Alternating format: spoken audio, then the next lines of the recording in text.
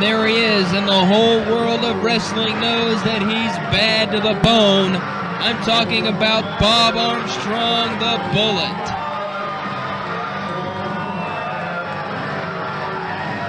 He puts his residence in Pensacola, Florida on the line here against Ken Lucas. The loser must leave.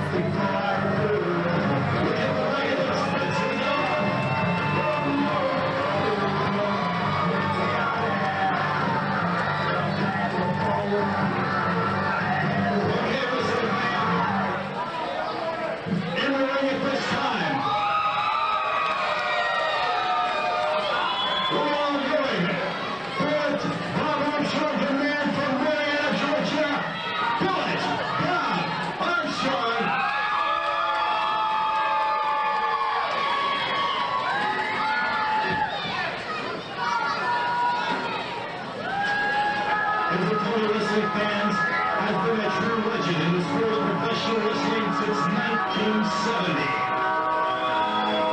He has made a great impact and has headlined some of the biggest wrestling cards in professional wrestling.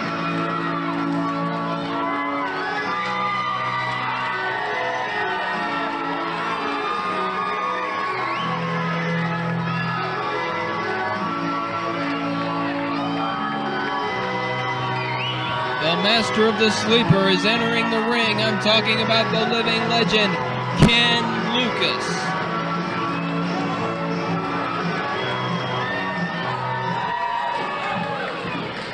Referee, I want you to know something right now and tell Ken Lucas this. This is not a boxing match. This is a wrestling match. And let me clear it up for all these rednecks. I mean wrestling. This is a wrestling match, not a boxing match. Keep his fist closed.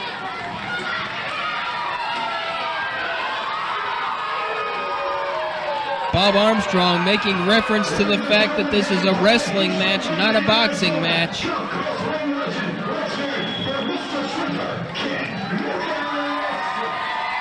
Armstrong knows that Lucas's biggest weapon, other than the sleeper hold, are those fast hands with that boxing background.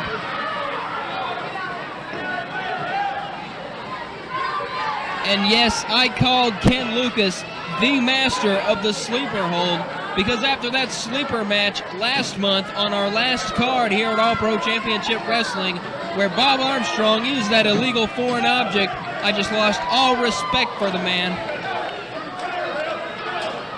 Tried to pass it off like he put Ken Lucas to sleep, when in actuality he had hit him with some knucks or some kind of foreign object that he produced from his tights. It was really a shameful act, and Bob Armstrong should be ashamed of himself. And I'll tell you what, I'm a broadcast journalist. I'm supposed to be unbiased, but I hope Ken Lucas cleans his clock.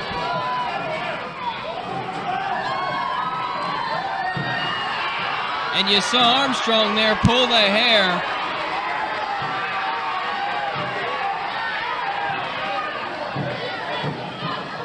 To take the living legend Ken Lucas down. One more time, a handful of hair. Bob Armstrong used to be one of the most respected men in the sport of professional wrestling. He's sunk to an all-time low. He and his sons, the Armstrong brothers, Steve and Scott,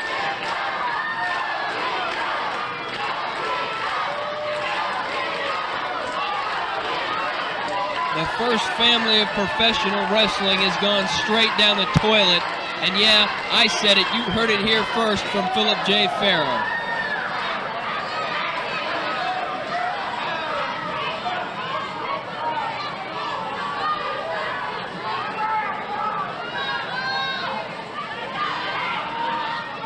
Collar and elbow tie-up between the two legends of the ring. And Lucas trying to shoot Armstrong off into the opposite side, but Armstrong with another handful of hair to maintain that side headlock. He's pulling out all the stops because the loser has to leave Pensacola.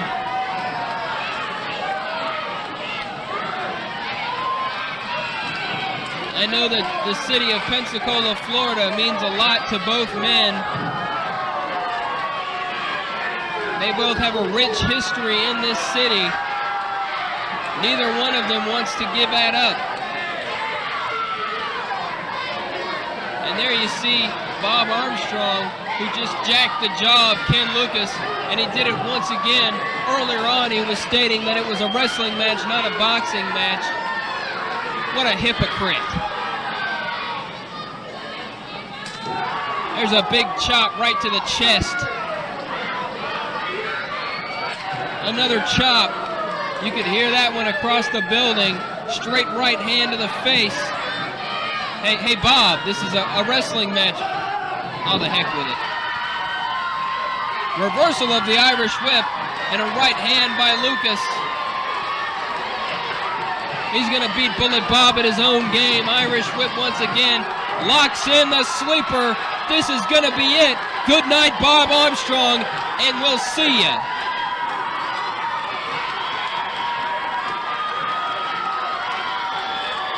Check the arm, ref. I think he's out. Oh. Armstrong had an arm in the ropes. He was fading fast.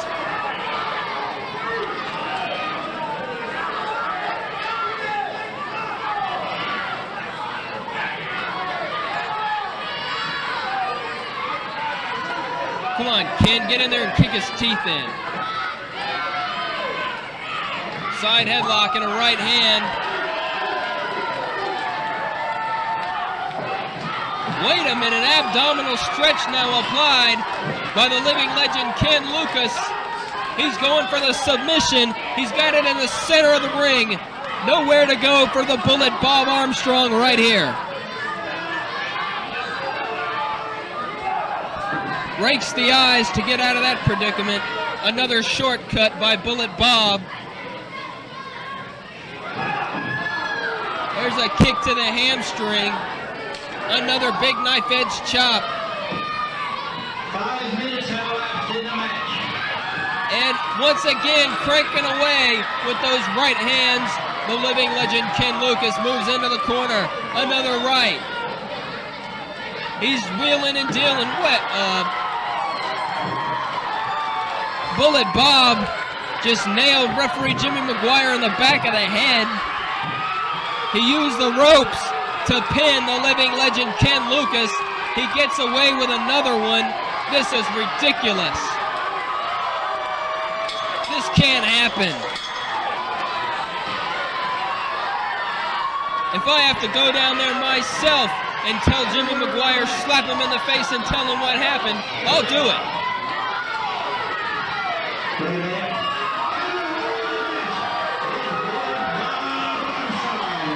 Wait a minute, here comes All-Pro Championship Wrestling Commissioner John Frankel, along with Robert Gibson, one half of the Rock and Roll Express.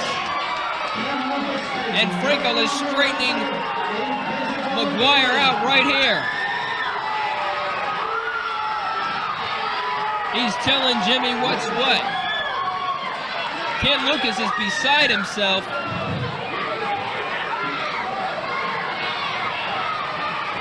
Jimmy McGuire now bringing Bob Armstrong back to the ring. Hopefully they're going to restart the match or something. Hey, Armstrong. I knew you'd pull something like this, so I stood back there and watched the whole thing. You hit the man in the back of the head, and there ain't gonna be no crap like that going on here. Yes! Hallelujah! See you later, Bob. Your history.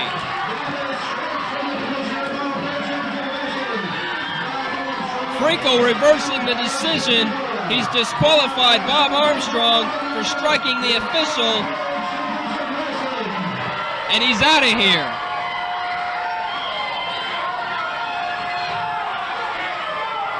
See you, Bob. Wouldn't want to be you. He's a great scientific, technical wrestler. He's from the old style. He goes in there, catches catch-can on the mat, a mat technician. You can't leave Jesse Dalton out. Panama City, Tallahassee, Florida. He's captured titles all over the world, for that matter, beating guys like Greg the Hammer Valentine. Now he's got Greg Brown, and Brown, a student, like I said, from the Oaks Wrestling School, knows move for move, hold for hold, and it's going to be a great contest. You see Jesse Dalton there soaking in the adulation of the fans. Our opening bout here, 15-minute time limit, 1 fall. Both combatants squaring off there, and it's Jesse Dalton breaking in the ropes, trying to cause some separation between himself and Mr. Brown. Phil, as you notice, Buddy Dalton, James Dalton outside to give Jesse a little, a little post. Immoral support is the word you're looking for there. And that's exactly right. They lock up, collar, an elbow. Nice arm drag by Jesse Dalton. Dalton now about 275. He fluctuates in weight. Now, you've seen it, Phil. 2-3 months ago, the man was 215 pounds. Bulking up for this card here in Bainbridge, Georgia. Hip lock takeover, nicely done by the Outlaw, the man from Oil Trough, Texas, the brawler. But he can wrestle in his own right there, Steve. I'll tell you, the other night, just a couple nights ago, the Rock and Roll Rebel, Jesse Dalton now against the Rock and Roll Express, Robert Gibson. What a match that was, and that led to a triangle match between this man, Greg Brown, tonight, Bainbridge, Georgia. What a body slam by Dalton. Dalton just heaved his man up there, hard to the canvas, but look out. Brown out of the way for the leg drop attempt, a boot to the midsection. Picking up the pace here as Greg Brown, Irish whip, drops down. Arm drag takeover, nicely done by Brown. Hip lock.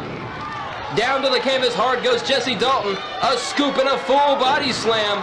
And I think Dalton's had enough, heading for higher ground.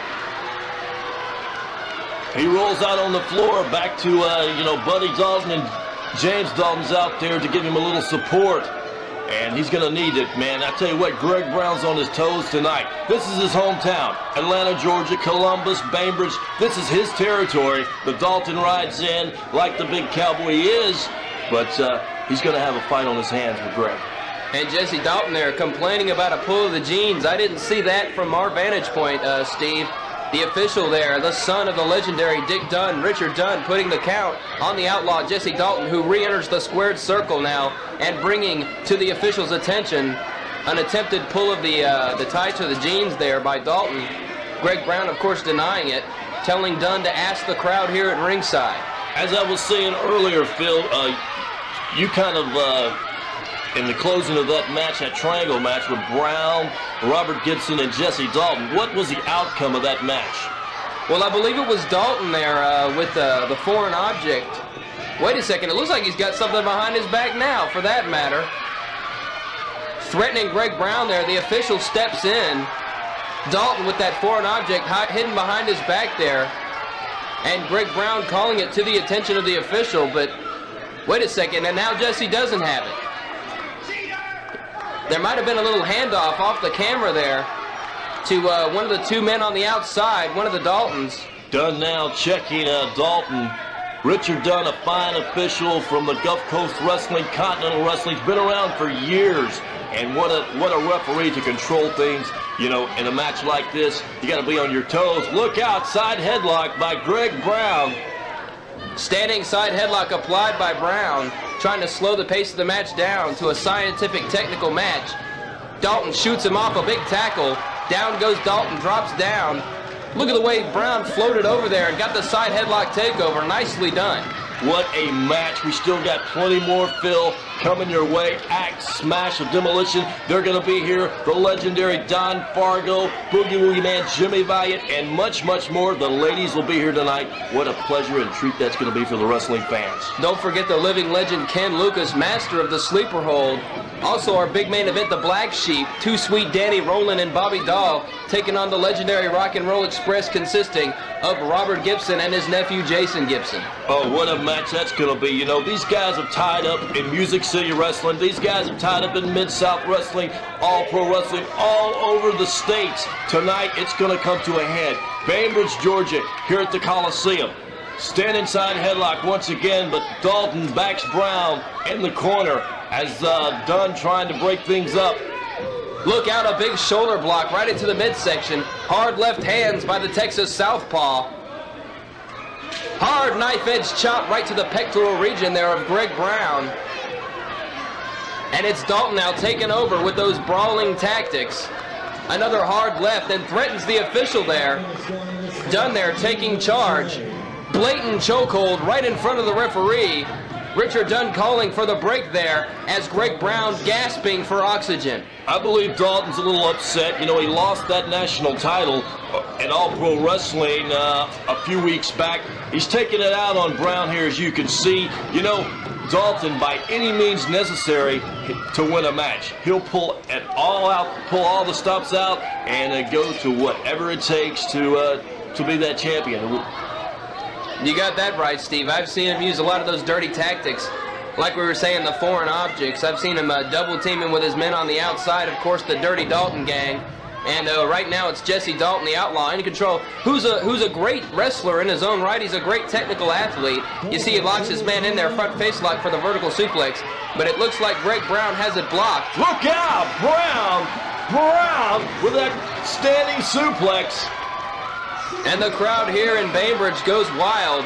That's 275 pounds plus. And Brown, it took a lot out of him to do that. He rolls out on the floor. Dalton to convert with Buddy Dalton. And this new guy, we always see someone new with the Daltons. That's absolutely right. They're always looking for a few bad men. And right now they've got James Dalton out there, one of the family members, the Dirty Dalton gang. He's serving as their manager as of late here, as it's Jesse Dalton making his way back inside the squared circle. What a great wrestling card it's been so far, fans. We still got a lot of great more wrestling action. Larry Strickland and coordinator promoter Bobby Wilson of Globe Star Wrestling put this event together here tonight, Bainbridge, Georgia. Look out, we're going to be coming to Cairo pretty soon, Columbus, Georgia, even to Atlanta. Globe Star Wrestling, the promotion of the future. That's right, and later on, don't forget we've got a big GSCW,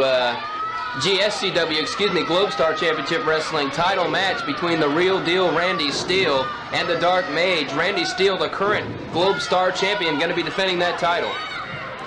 Dalton with the upper hand now, burying the boot. Now trying to choke the man, like I said, by any means necessary. I talked to him earlier. He's really upset about the decision the other night with the Rock and Roll Express and Greg Brown. And the newest member of the Rock and Roll Express, his nephew, Jason Gibson. What an upcoming wrestling young star this guy is. All over Music City Wrestling, and rightfully so. This man, wait a second. Brown, you know, we can sit here and talk. This match is going back and forth, back and forth.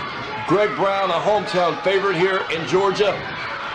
That's right, the pendulum of momentum has swung back and forth time and time again, and Greg Brown now, he's pulling out all the stops. He knows he's got to fight fire with fire. You saw those hard right hands right to the head of Jesse Dalton, now working on the hamstring. And that's where Greg Brown needs to keep Dalton, is on the canvas. He needs to wrestle him on the mat, because that's where his forte lies. Look at the flying forearm smash.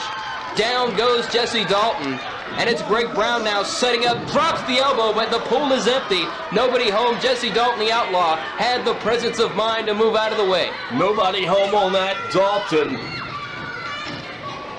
back up on his feet, capitalizes on the arm man, and stays with it.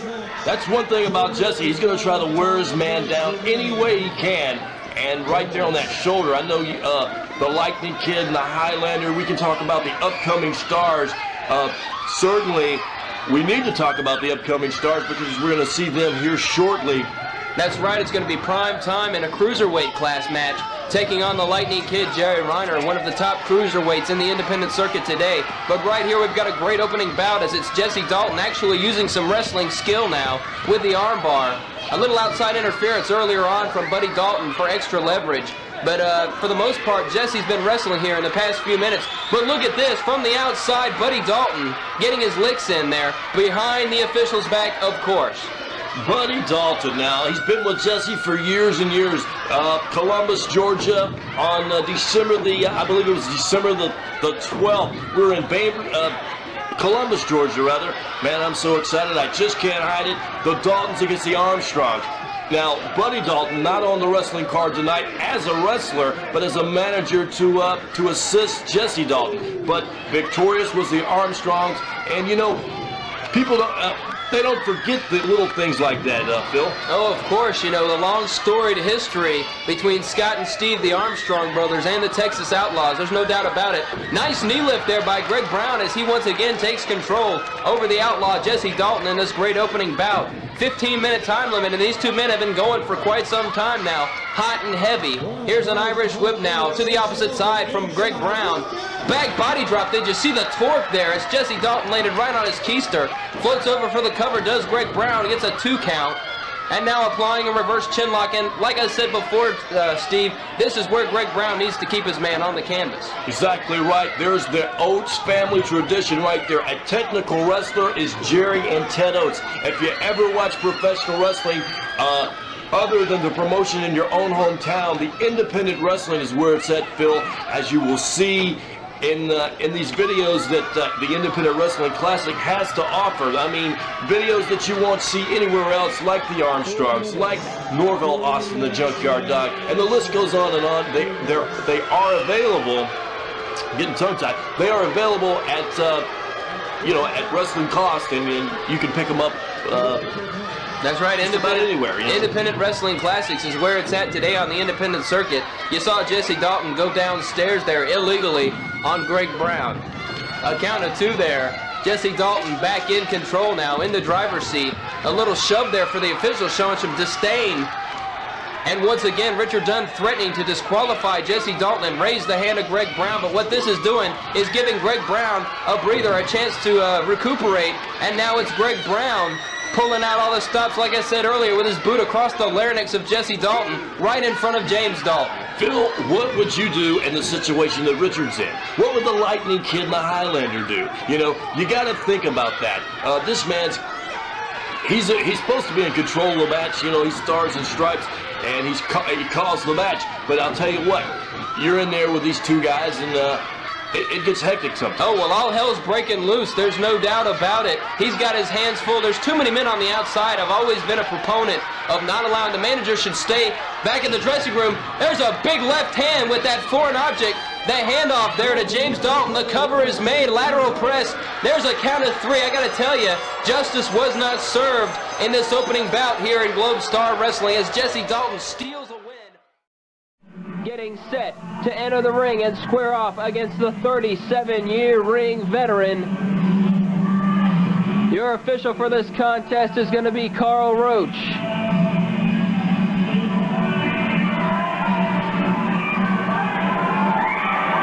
And Brad looks to be in great condition. This is going to be speed and youth taking on experience. And when I say experience, I'm talking about 37 years in the sport of professional wrestling. The original Junkyard Dog, Norvell Austin.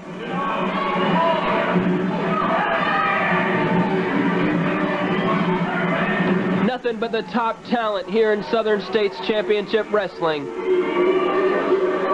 You saw the Junkyard Dog 2 weeks ago on our program taking on Bob Sparkplug Holly of the World Wrestling Federation. Nice arm drag there by Brad. And the Dog insinuating that Armstrong pulled the hair.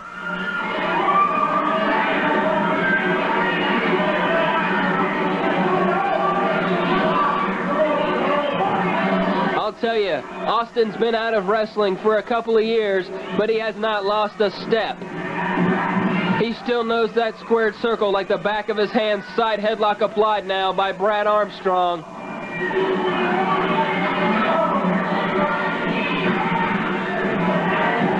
Jockeying for a position now is the original Junkyard Dog, Norvell Austin.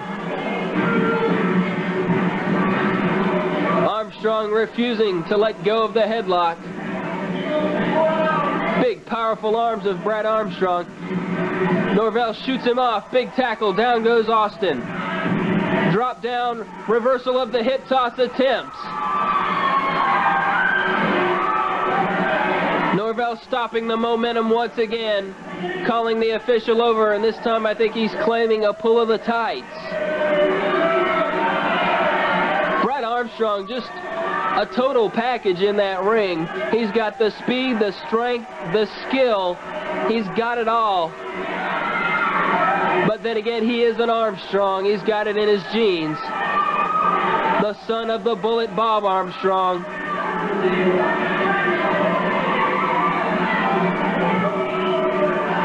Former Smoky Mountain heavyweight champion Brett Armstrong locking up once again in the center of the squared circle.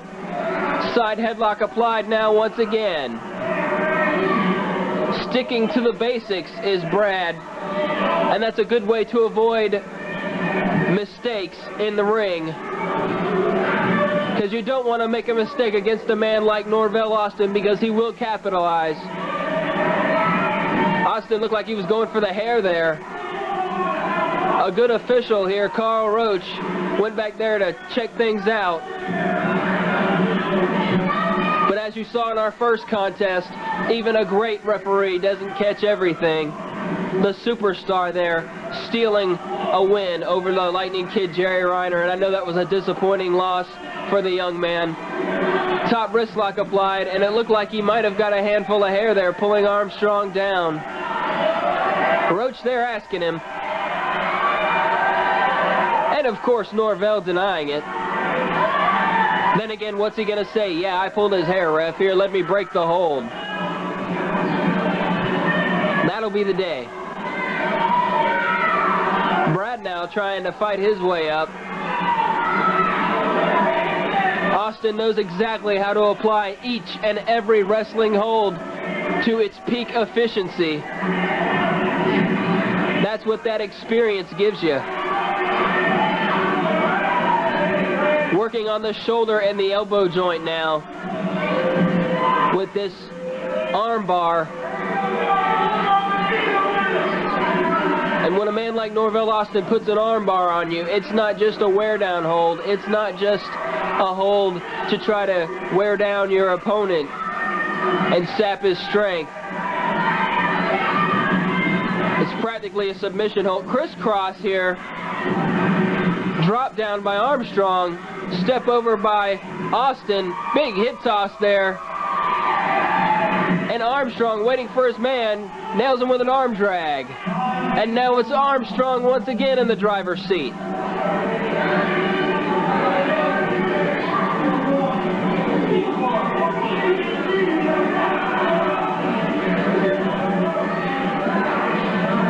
In my opinion, Brad Armstrong, as athletically superior as any athlete in the sport of professional wrestling right now. I mean, he is in great condition, and every move is just so crisp, so clean. He's a real joy to watch. Winding the wrist lock now is Armstrong. Norvell Austin always thinking in the ring. Gets a handful of tights. Shoots Brad off. Big tackle. Down goes Austin. Drop down. And the big knee lift by the dog. One of his trademark moves there. And it caught Armstrong flush on the head. Shucking and jiving in the ring now is the original Junkyard Dog, Norvell Austin. You just can't say enough about either one of these competitors. A great main event here this week. The big headbutt, and down goes Armstrong.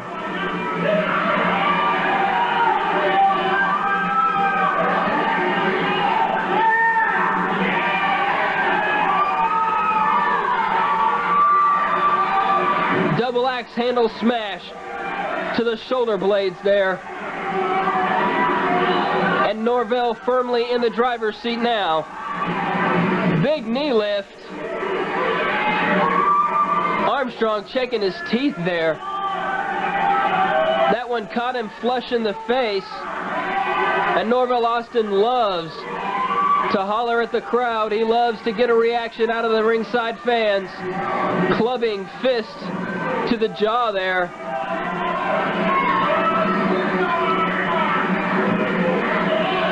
Norvell controlling the match. Big full body slam. And a celebration by Norvell Austin. Classic Junkyard Dog there.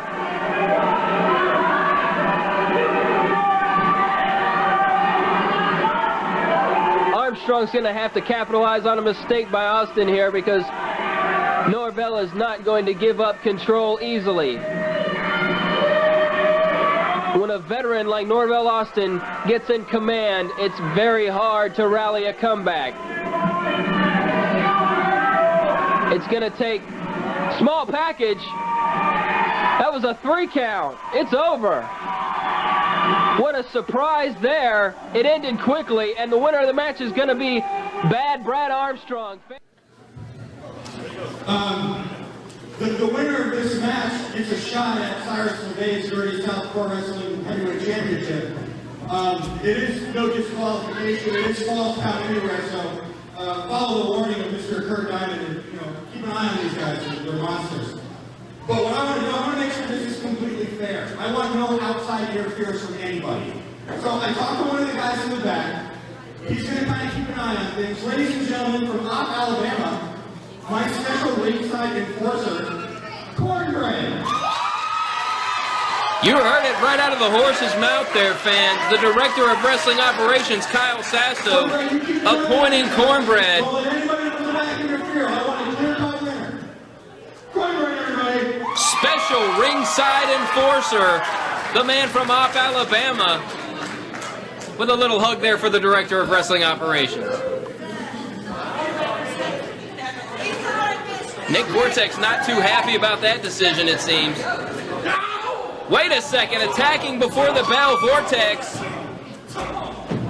As I'm being rejoined now by Kyle Sasso, the Director of Wrestling Operations here at the booth. And Sasso, a great idea there, appointing Cornbread special ringside enforcer. Well, thank you, Brian Nudgy. I just, there's been so much controversy about this #1 contender. I don't want either party to, somebody interfered, I was screwed. I want to make sure that they have a match.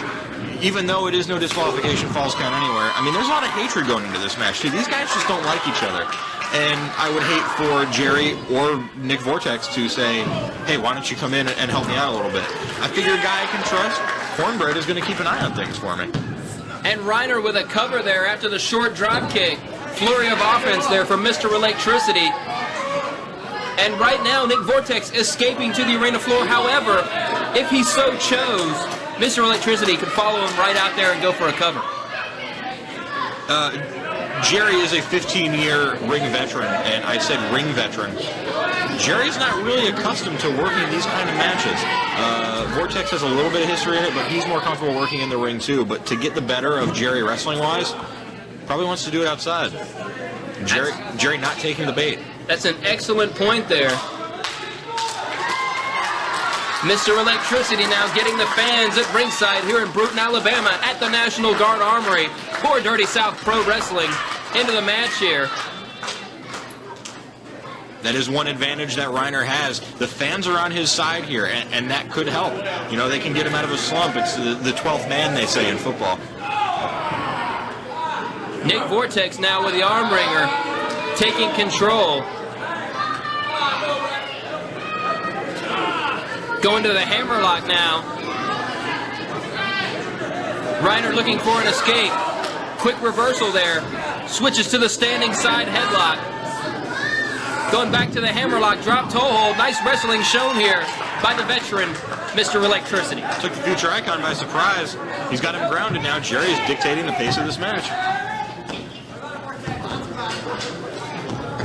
And you can tell both men kind of feeling each other out at this point in the contest. Neither one of them wanting to make that dreaded early mistake.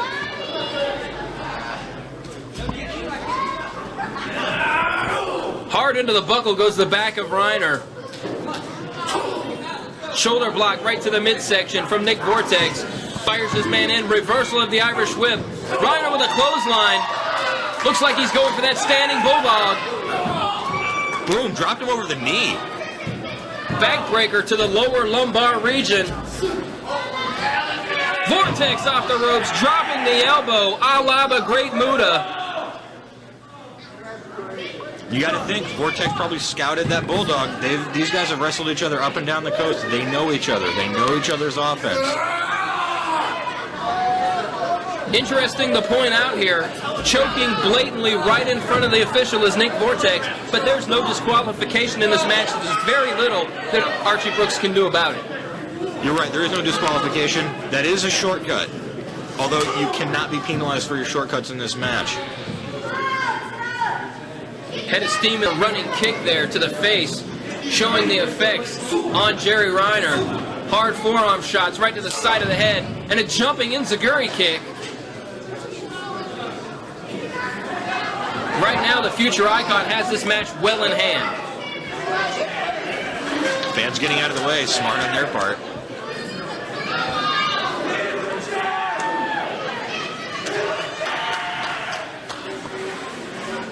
Action in the ringside area here. Hard right hand from Nick Vortex, firing away. And Reiner shoots back. To the eyes goes Nick Vortex. Not illegal, but a shortcut. Face first into the steel chair there. Wait a minute, got a little too close to Cornbread. And it looked as if Cornbread was gesturing to Nick Vortex, I've got my eye on you. What's the Future Icon looking for? Who knows? I saw him walking around the ring before the show started. He may have put some weapons, something to take Jerry down. And Reiner just went postal. He ate a face full of steel, courtesy of the Future Icon. The official Archie Brooks there checking on Reiner. Hard kick right to the ribs.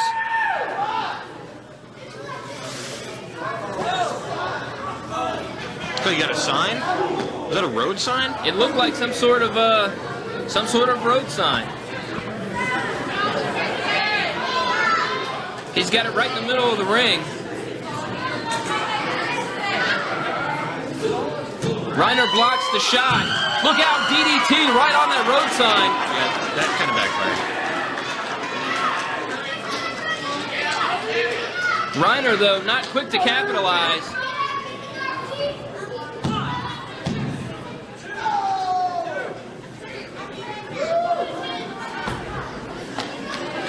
And now it's Reiner. Looks like he's going to take Vortex to the arena floor. Right at the feet of the fans here in Bruton.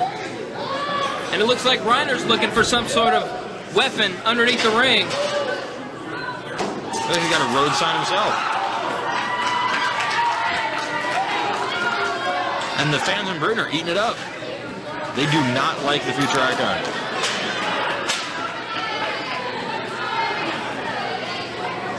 Reiner, it looked like he's got a steel baking sheet. Crowning Vortex right on top of the skull. Reiner going for a cover. Not a very good view here, but Archie Brooks with only a count of 2. Fans, don't forget you can go to www.DirtySouthProWrestling.com for all the information on the upcoming events for Dirty South Pro Wrestling as well as results. And Nick Vortex with a short drop kick cutting Reiner off. You could hear that one connect. And that one put him out.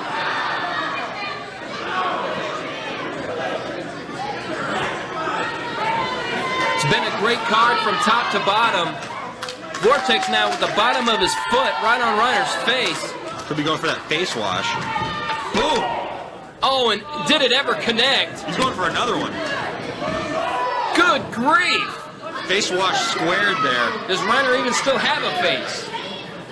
I mean, he really connected with the head region of Jerry Reiner there. Unbelievable. I'm not sure Reiner is even conscious at this point. Archie Brooks checking on him. Vortex got another sign. Now what's he chasing Archie Brooks for? Because he's the Future Icon. He's got an attitude problem. Brooks there pointing at Cornbread. Looks like he's running for safety. Smart move.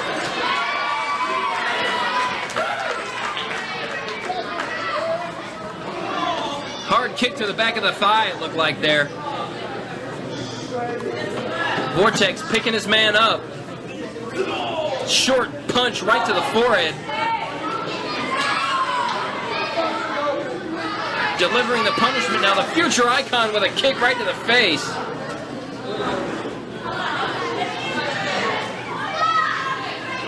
And the tide of this contest has turned several times already. And once again in the driver's seat, the future icon, Nick Vortex. It looks like Jerry Reiner is actually maybe bleeding. The double dose of the face wash may have busted Jerry open.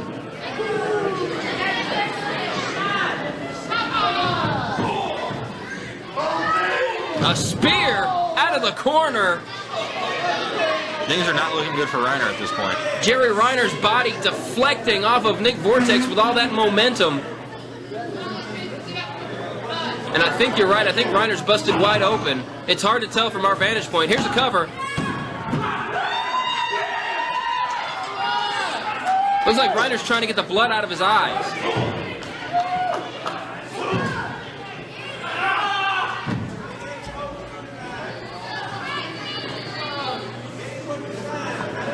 Ugh. Yeah, Reiner's got a good-sized laceration there. What's this going to be? Vortex setting his man up, boot right to the side of the face. Yeah, you got that arm held, that boot right to the face. That's going to, not only is it a kick to the face, that's a dislocation of the shoulder. That is a good little combo there. Standing moonsault, great agility shown by the 230-pound Nick Vortex. It looks like Reiner might be out. Wait a minute, Vortex with some sort of object.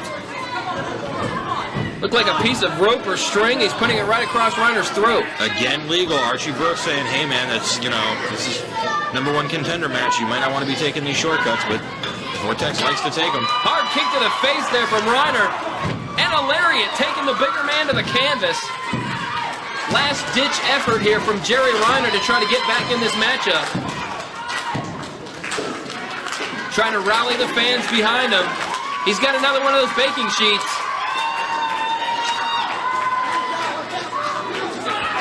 Good grief! Reiner uncorking on Vortex. Vicious kicks right to the face. And now repeated knees right to the chest. Reiner means business, shoots his man in. Head of steam with that lariat in the corner. And there's the standing bulldog. And it looked like Vortex might have connected with that road sign once again. Wow. Could be all.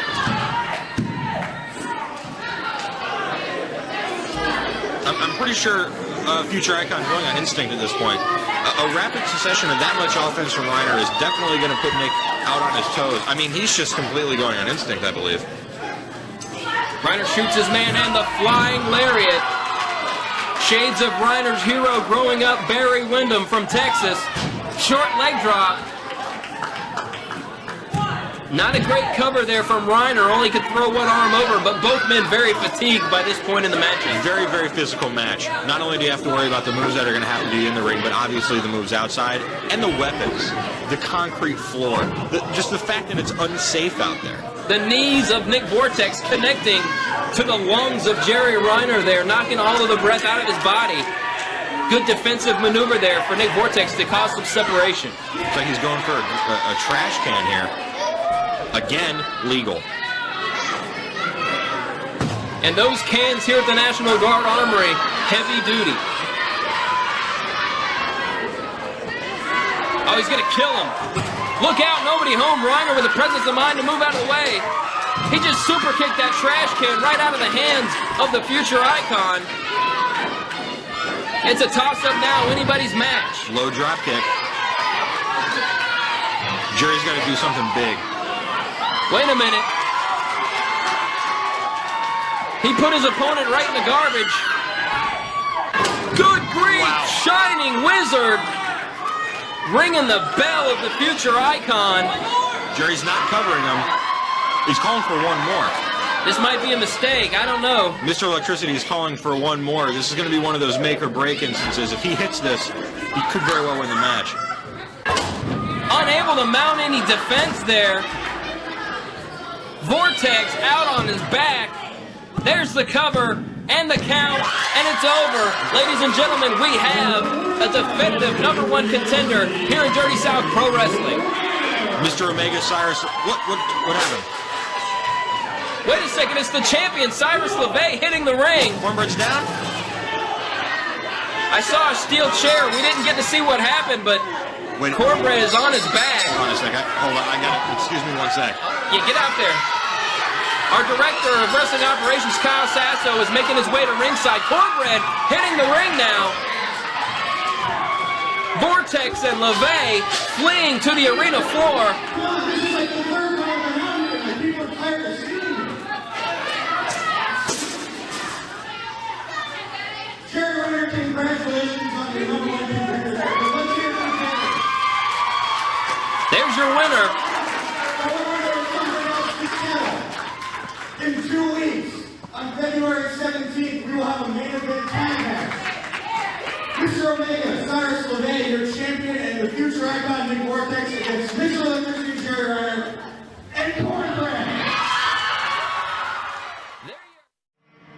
All right, wrestling fans, we're set for our next contest of the evening, a tag team extravaganza.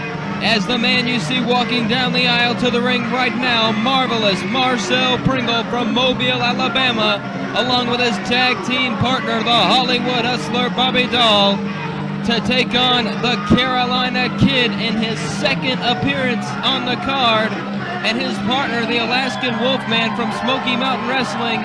Now the Carolina Kid will not only wrestle this tag team bout, but once more in the main event against the Armstrongs, along with one half of the Rock and Roll Express, Robert Gibson. First of all, one of Alabama's biggest box office draws. He's here tonight from Port City of Mobile, Alabama. Let's hear it for the marvelous one, Marcel Pringle.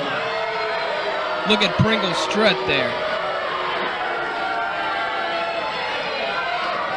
And ladies and gentlemen, he returns back out to the ring to win once again. Here he is, Bobby Dahl. And the announcement of the Hollywood Hustler. And their opponents. A special tag team matchup here.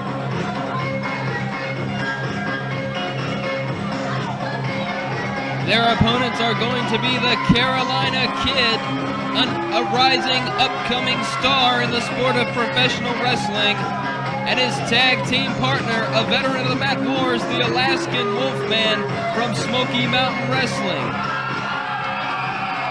And the crowd goes wild for this tandem.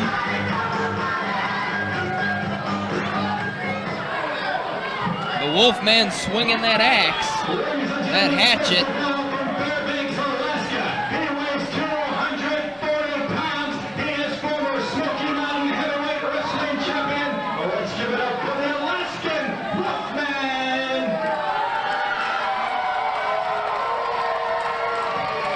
His opponent, former Smoky Mountain junior champion. He is the Carolina Kid. Not hard to tell who the fan favorites in this tag team contest are, wrestling fans. Marcel on the microphone. It's time for another match, no doubt Sasquatch. And after you, little stick man, you gonna get that little skinny young tail kicked, and you ain't gonna be able to get to that last match, I can promise you that.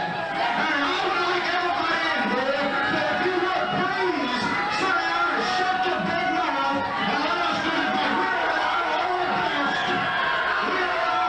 When there's complete silence in the building, like I've always told you. Now sit down, you bunch of idiots, and shut your mouth and leave.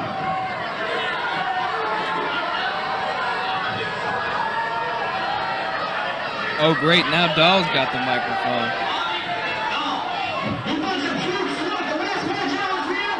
You bunch of idiots call me Bobby. My name is Bobby. I'm sick and tired of you people calling me Bobby. I deserve respect when I walk in here, and you have no respect. I think I heard the Barbie chant there momentarily. Attack the attraction, 1 ball, 30 minutes. Your referee once again, Jimmy McGuire. And the bell is sounded. The match will begin as the Alaskan Wolfman stares straight across the squared circle at the Hollywood Hustler himself, Bobby Dahl. Marcel Pringle making reference on the house mic before the match began, stating that the Carolina Kid will not make it to the main event to be the partner of Robert Gibson, promising that he and Bobby Dahl would put the Kid out in this match right here. And I certainly hope that that does not occur. What's the Wolfman looking at? He's got Dahl kind of dumbfounded there. Hey, watch your back, Jack.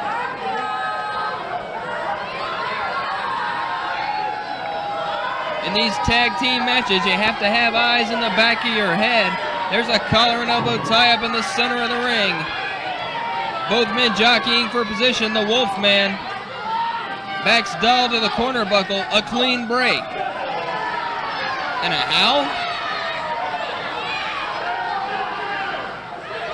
The Wolfman's really got this crowd here at the fairgrounds howling.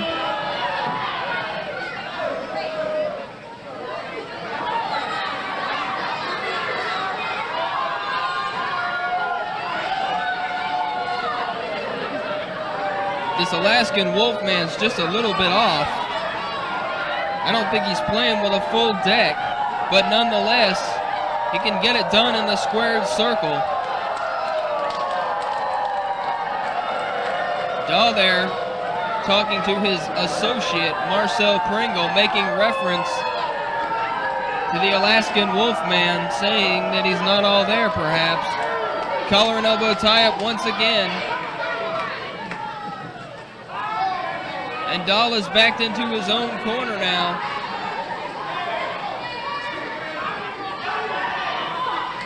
I think Bobby Dahl wanted a tag there, and Marcel Pringle didn't want to have anything to do with the Alaskan Wolfman.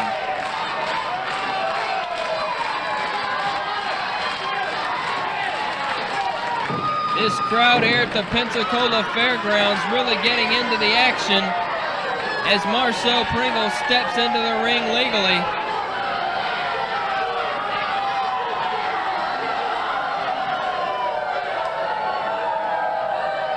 Listen to those howls coming out of this crowd.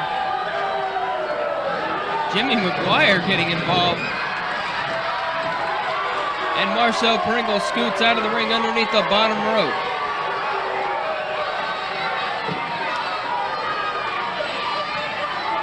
Gonna take a little timeout on the arena floor. Perhaps discussing his game plan there with his tag team partner, the Hollywood Hustler, Bobby Dahl. We've yet to see the Carolina Kid in the ring, which may be a good thing. He's gonna have to save his strength for that main event. As you saw earlier, fans, Commissioner of All Pro Championship Wrestling, John Frankel, allowing Steve and Scott, the Armstrong brothers, to pick and choose the tag team opposition, the partner for one half of the Rock and Roll Express, Robert Gibson.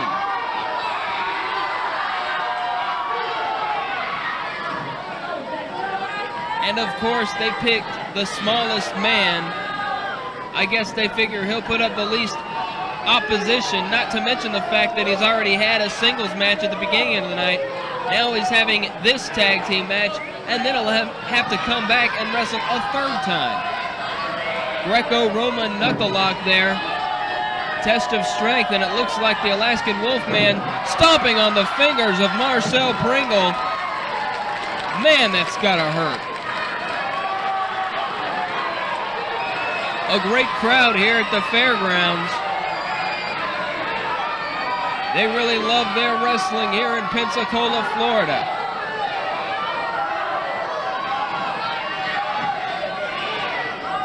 Next up, fans, don't miss the semi-main event.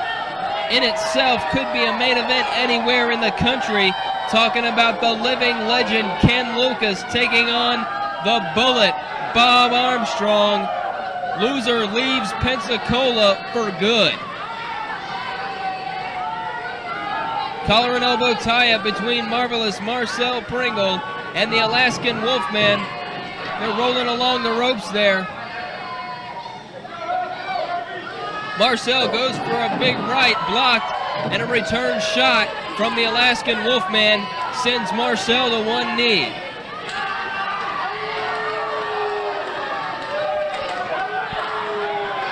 Dahl and Pringle there complaining about the clenched fist. That doesn't make any sense to me, fans. He was trying to hit the Alaskan Wolfman with a clenched fist himself. Turnabout is fair play. There's a collar and elbow tie-up. Standing side headlock applied by the Alaskan Wolfman.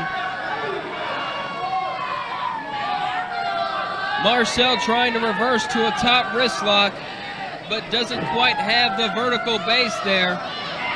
The leverage that he needs to get out of this side headlock. There's the first legal tag for the team of the Alaskan Wolfman and the Carolina Kid. Standing wrist lock applied by the Kid now. Irish whips Marcel into the ropes, drop down by the Kid. Arm drag takeover, well executed. Once again, Marcel's out of the squared circle. I tell you what, Marvelous Marcel spends as much time on the arena floor as he does inside the ring.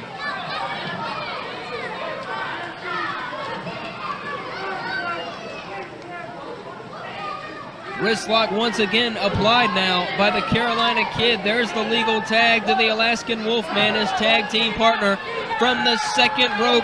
Double axe handle coming down with all that impact on the arm of the Marvelous One himself, the cousin of Percival Pringle III, a.k.a. Paul Bearer in the World Wrestling Federation.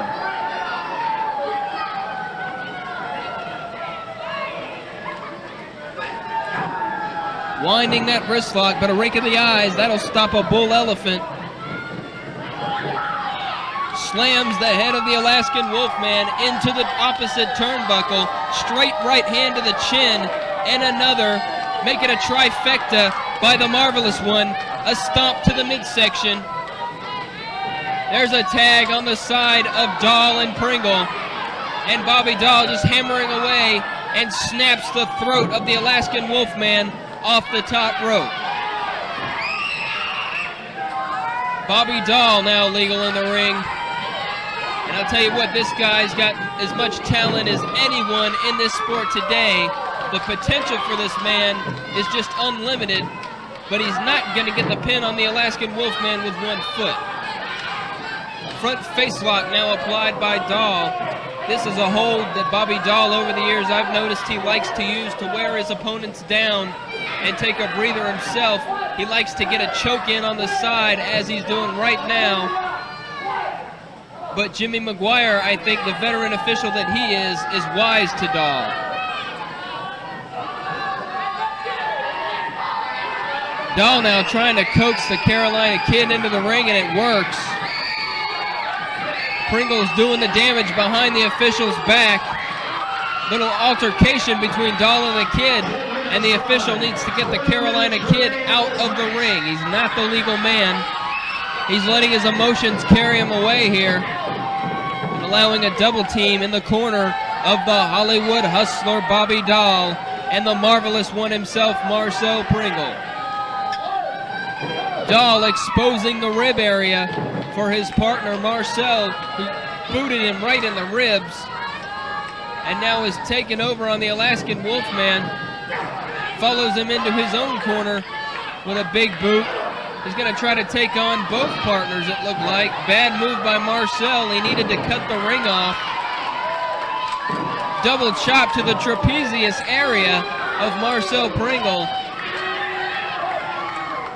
And that was all the team of the Carolina Kid and the Alaska Wolfman needed to get this match back. Oh, but look out. Rushed in with a full head of steam and caught a boot to the midsection. The crafty ring veteran, Marvelous Marcel Pringle in there.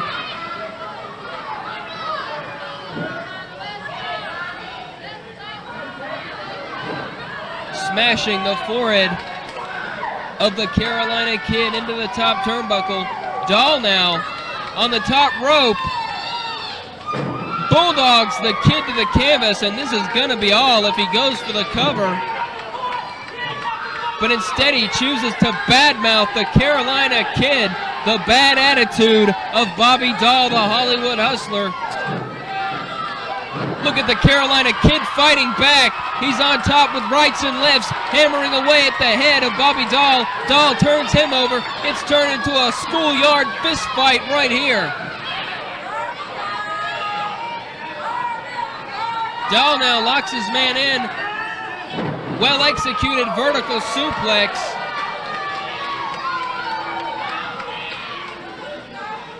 What a tag team match this has been, wrestling fans. Forearm shot across the back of the neck. Dahl taking over on the Carolina Kid. Irish whip to the opposite side. Reverse elbow smash to the butt of the jaw. Hooks the leg. This could be all. The Kid kicks out at 2. Dahl's going to take that chance. He goes to the second rope. Dangerous territory. Misses with the flying elbow smash. Allowing his opponent to make the tag. The Freshman is in, and the Alaskan Wolfman is going to try to clean the house with the Hollywood Hustler. There's a shot to the midsection. Wait a minute. The Carolina Kid with a nice swinging neck breaker. Big leg drop by the Alaskan Wolfman. Drop kick to Marvelous Marcel. That's the 3 count. The match is over. The winners are going to be the team of the Alaskan Wolfman and the Carolina Kid. It looks like the Executioner has someone at ringside with him. I believe that's the Eliminator. Another masked man competing here in Gulf Coast Wrestling. As we await the arrival of the champion, the Trooper. And he's a real big favorite here at Cops for Kids, I'll tell you. Once again, a great charity event sponsored by Gulf Coast Wrestling. You heard from him earlier, making his way to the ring. He is our current champion. Weighing in at 230 pounds, from the great United States of America. Welcome to the ring, the man we call the Trooper.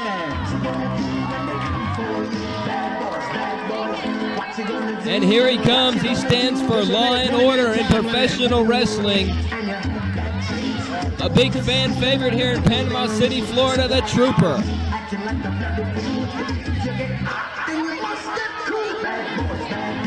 Making his way around ringside. High fives for all the ringside fans. But I think he's taken notice of the Eliminator at ringside here with the Executioner.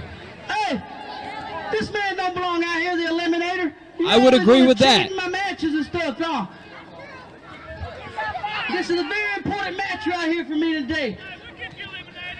Possibly one of the toughest title matches to date for the Trooper as he faces the Executioner. Ringside, I'll know.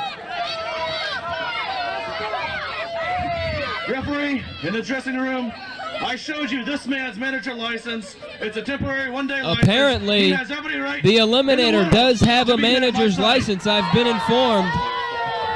That is confirmed.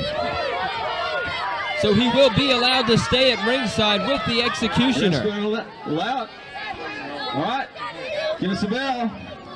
20-minute time limit. And the odds are stacked against the Trooper here. Could be a 2-on-1 situation. This particular official, AJ, likes to let him go at it. He lets a lot of rule breaking slide, as you saw in our last contest. Already ducking through the ropes to get away from his opponent, the Executioner. And this is a championship match, wrestling fans. Collar and elbow type, center ring side headlock applied now by the champion, the Trooper. Takes his man to the canvas. And I believe that's where the Trooper needs to wrestle this match, on the mat. Still maintaining that headlock. If he tries to go toe-to-toe with the Executioner, I think he's going to come up on the losing end of the stick or the axe. whichever you prefer.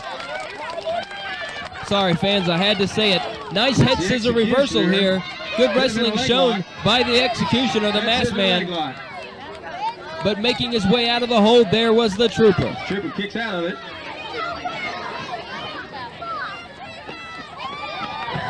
Nice drop toe hold by the Trooper. Floats over and grabs the ankle lock. Got an ankle lock on him.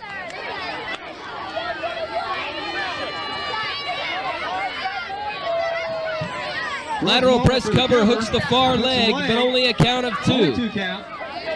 And you can tell the Trooper wants to get this match over as quickly as possible. Full body slam now applied by the champion. Quick vertical suplex, floats over for the cover, hooks the leg. Suplex goes into a cover. His legs on Great wrestling being shown here by the champion, the Trooper. The Executioner with good ring presence. Backs his man into the corner, Irish whip into the buckle. Head of steam, but nobody home. And a big clothesline right to the face. Goes up to the ropes. Look out off the second turnbuckle. The Executioner flies through the air and drops the knee right across the chin of the Trooper. This could be all. Going for a lackadaisical cover. He's there for a cover, but no one there to count. Sends the Trooper out. Shoots his man through the ropes right on that hard ground. And it looks like the Eliminator's going to try to get himself involved. And the official now distracted by the Executioner. The Trooper takes a hard right hand and is thrown unceremoniously back inside the squared circle. Setting his man up now. Belly to back suplex by the Executioner. Once again, a lackadaisical cover. Only one hand. Gets a 1 count. Now he's got his shin draped across the throat, arguing with the official as he chokes the life right out of the Trooper. And the champion is in dire straits at this point in time in the matchup. And it's the Executioner choking away on that top rope. Slingshots his man back into the squared circle. And the Executioner is now dominating the Trooper on his way to try to become the champion of Gulf Coast Wrestling. This match is for the heavyweight title, as it's the Executioner dropping an elbow right to the sternum in succession. Tries to cover the man with 1 foot. You're not going to beat the Trooper that way.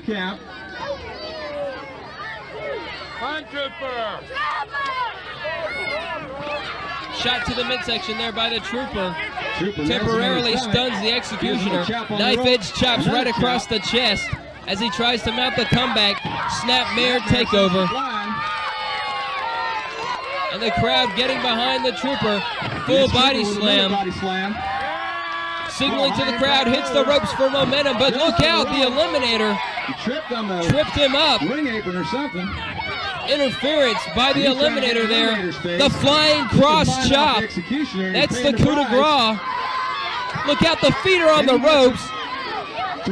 With added leverage from the outside with the Eliminator. And the Executioner, it would appear, has stolen the Gulf Coast Wrestling Heavyweight Championship title from the Trooper. We have a new champion, but the action will not stop there. Not done because it looks like they're doing a little 2-on-1. Holding the man from behind is the Eliminator as the Executioner hammers away. And another cheap shot from the Eliminator. Stay tuned, wrestling fans. Up next, our main event. 6-man tag team action as the Trooper's going to get his chance for revenge. They're risking a DQ, Stay tuned. even though he won the match. Finally, they get off him. More wrestling action here on Independent Wrestling Classics. It's El Cobra, the Mexican sensation, taking on the Hollywood hustler Bobby Dahl, and the Cobra's jump-starting the action here this week. Arm drag takedown. Big full body slam on Bobby Dahl. Puts his man into the ropes. Irish whip. High back body drop, and down goes Dahl. The Cobra's on fire here this week, ladies and gentlemen. This match taking place in Crestview, Florida. The crowd solidly behind the Mexican sensation El Cobra. Jerry Reiner, the referee for this contest, putting the count on Dahl now, pushing El Cobra back to the neutral corner. There you see Cajun Joe, Bobby Dahl's manager, on the outside. Great crowd on hand at the Crestview High School.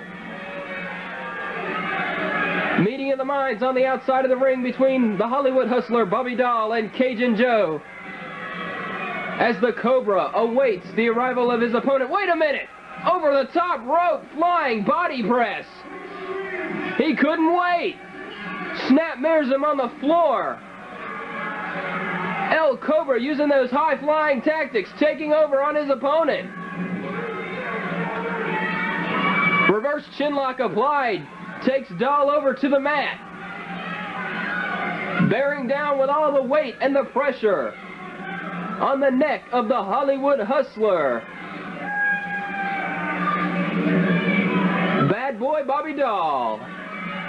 Referee Jerry Reiner down there asking Dahl if he wants to give it up. Wait a minute. It looks like the Cobra is going to hook his man here. Pins the shoulders to the mat. One of those unique Mexican wrestling moves, Lucha Libre. And it looks like he's slamming the head of Dahl into the canvas. Again and again, repeatedly. Dahl's on Dream Street.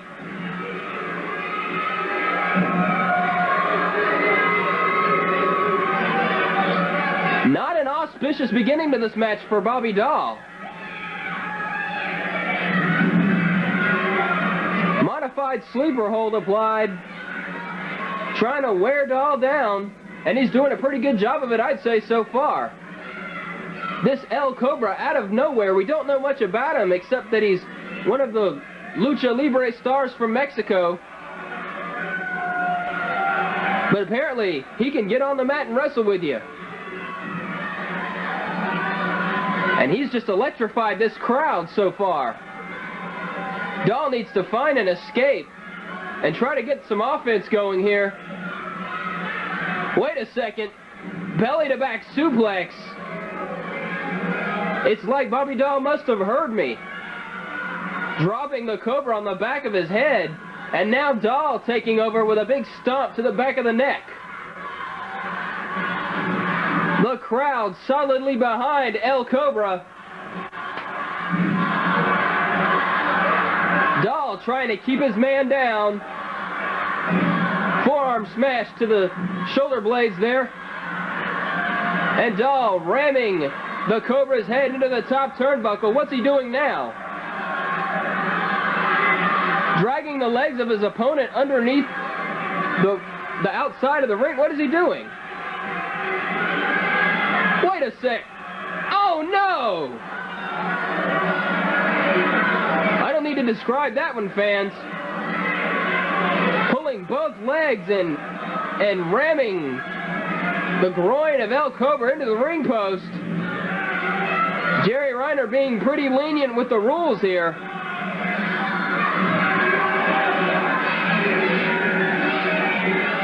He is warning Dahl, however, to keep it above the waist.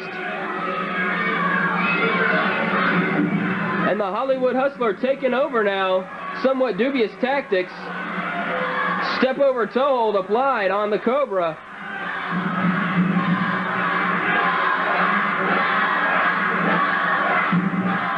Great crowd on hand here in Crestview. This is our second match of the show in our main event this week. You'll see the Head Shrinkers taking on Sinister Kane and the Barbarian, one half of the Powers of Pain. That's going to be an all-out war.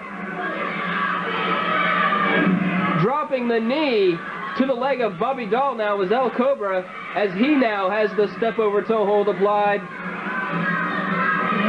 The masked man from Mexico.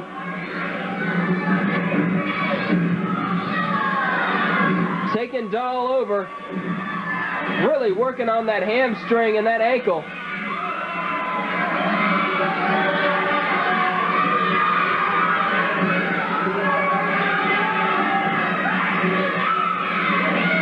Trying to wear Dahl down. Twisting the ankle now against the grain. Now working on the knee. Looks like he's going to turn him over. Stomping the knee into the canvas.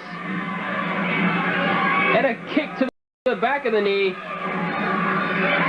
This Cobra knows his wrestling, that's for sure. He's picked out a part of the body. Dahl with his arms in the ropes. Referee Jerry Reiner counting on the Cobra to break the hold.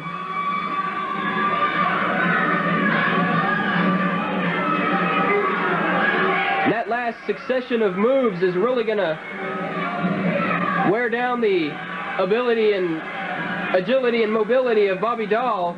Short right hand to the lower midsection. I couldn't tell if that was a low blow or not. Dahl now setting his man up. Full body slam. Dahl in great condition. His wheels seem to be all right to me. Flying fist drop from the second turnbuckle. Hits the ropes for momentum. High leg drop. Referee Jerry Reiner counts 2. Cajun Joe livid on the outside.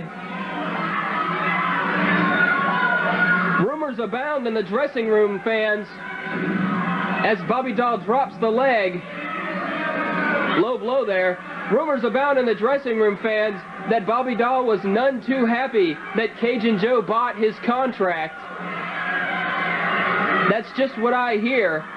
As Dahl uses the top rope for added leverage, referee Jerry Reiner asking the Cobra if he wants to give it up.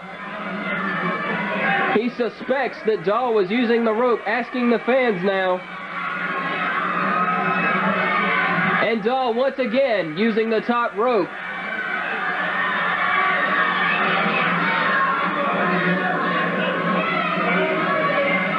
A blatant lie right to referee Jerry Reiner's face. And now it's Cajun Joe adding the leverage, but Reiner caught the deed, forcing Dahl to break the hold now.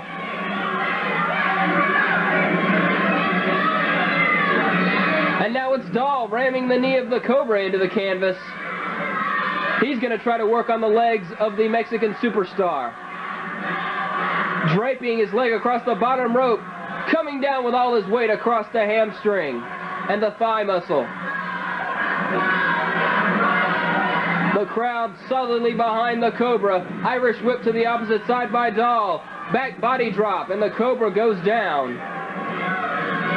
10 minutes have gone by in this match. 10 minutes have gone by. Our ring announcer, Steve Savage, announcing that 10 minutes are gone in this contest. As Dahl applies a reverse chin lock, driving the knee between the shoulders, using the leverage and the weight to try to wear down the Mexican superstar El Cobra.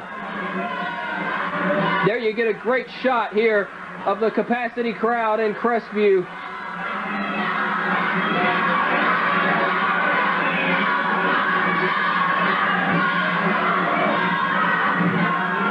Squeezing on the sides of the head is Dahl as the Cobra tries to fight his way up. An elbow to the midsection of Bobby Dahl. Irish whip to the opposite side. Telegraph the backdrop, and Dahl with a DDT as Cajun Joe hops up on the ring apron in excitement. Referee Jerry Reiner ordering him to get back down onto the arena floor. Once again, Cajun Joe is up on the apron. That Cajun Joe is just a menace. Side headlock takeover by Bobby Dahl.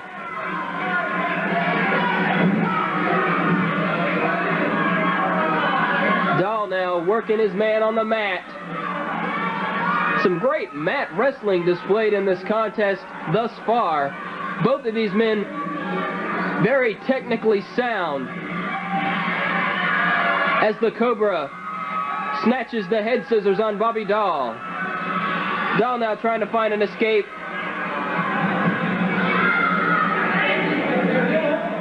And he does.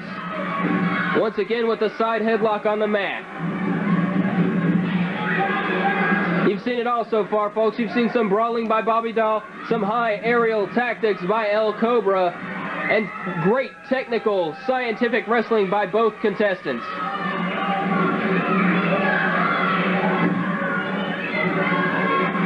Head scissors still applied here by the Cobra in a standing position. Looks like like Dahl tried to power him over there, but the Cobra, powerful legs, just holding on to the head of Bobby Dahl, and he won't let go. I think Dahl's in even worse of a predicament now. As Cobra pushes up, applying the pressure. He might want to take Dahl's head off and take it back to Mexico with him. Dahl escapes again, and this time, no technical wrestling now. No, he's going to the fisticuffs as he pounds the head of El Cobra, picking his man up now. Throws him through the ropes to the concrete floor. And Dahl now on the ring apron. As Cajun Joe takes a few steps back, Dahl readies himself. Comes down with an elbow smash to the floor from the apron on El Cobra. What a move. Picks him up, full body slam on the arena floor. As Dahl rolls in and breaks Jerry Reiner's count. Waving off his manager, Cajun Joe. Stomps Bobby Dahl on the forehead, it looked like. Excuse me, El Cobra. Into the ring post goes the arm of El Cobra. And this one's just breaking down. Dahl apparently sick and tired of trying to wrestle the man. He's going to just beat him up. Dahl on the top turnbuckle comes down. Looked like Cobra reversed with an arm drag variation. And once again, Cajun Joe up on the ring apron. He's got to be an annoyance to referee Jerry Reiner. The Cobra's got a lateral press on Bobby Dahl. A 2 count, but Dahl's foot on the rope. That'll break the count. Ring announcer Steve Savage just informed us that 15 minutes are gone in the match. 15 minutes remain. Irish whip to the opposite side. Dahl ducks the elbow.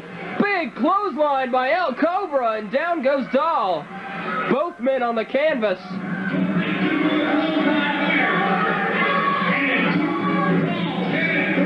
Once again, Cajun Joe up on the ring apron. Lateral press by the Cobra. Only a 2 count. And Jerry Reiner once again ordering Cajun Joe to get off the ring apron. Uh-oh, looked like a low blow there by Dahl. What a match.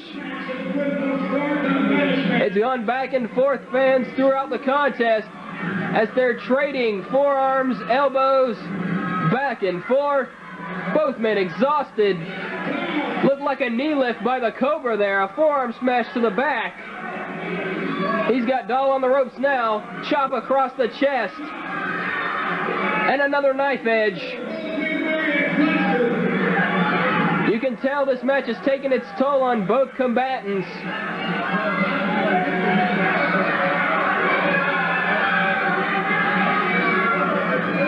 Wait a second. Cajun Joe tripping the leg of El Cobra.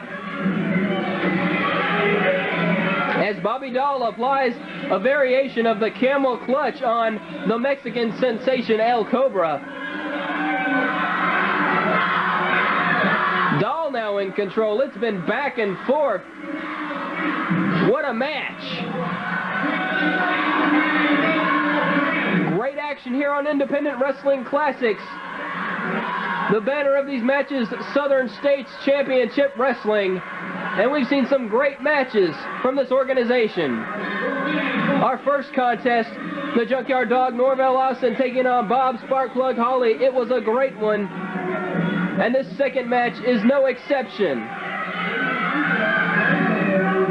Cajun Joe once again on the ring apron.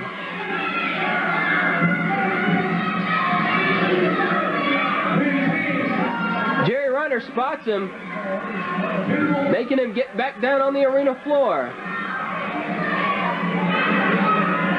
Wait to the far right of your screen, fans, the hands of Cajun Joe on the boots of El Cobra. Jerry Reiner spotted him and forced the break.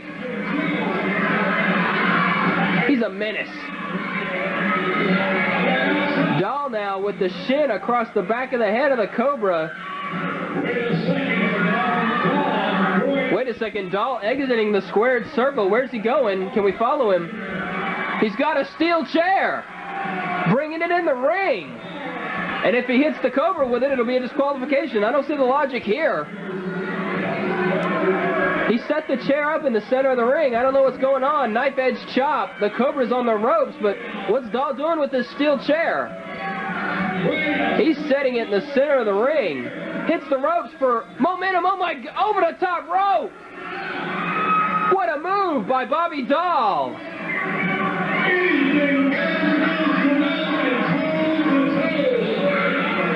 Both men on the arena floor now.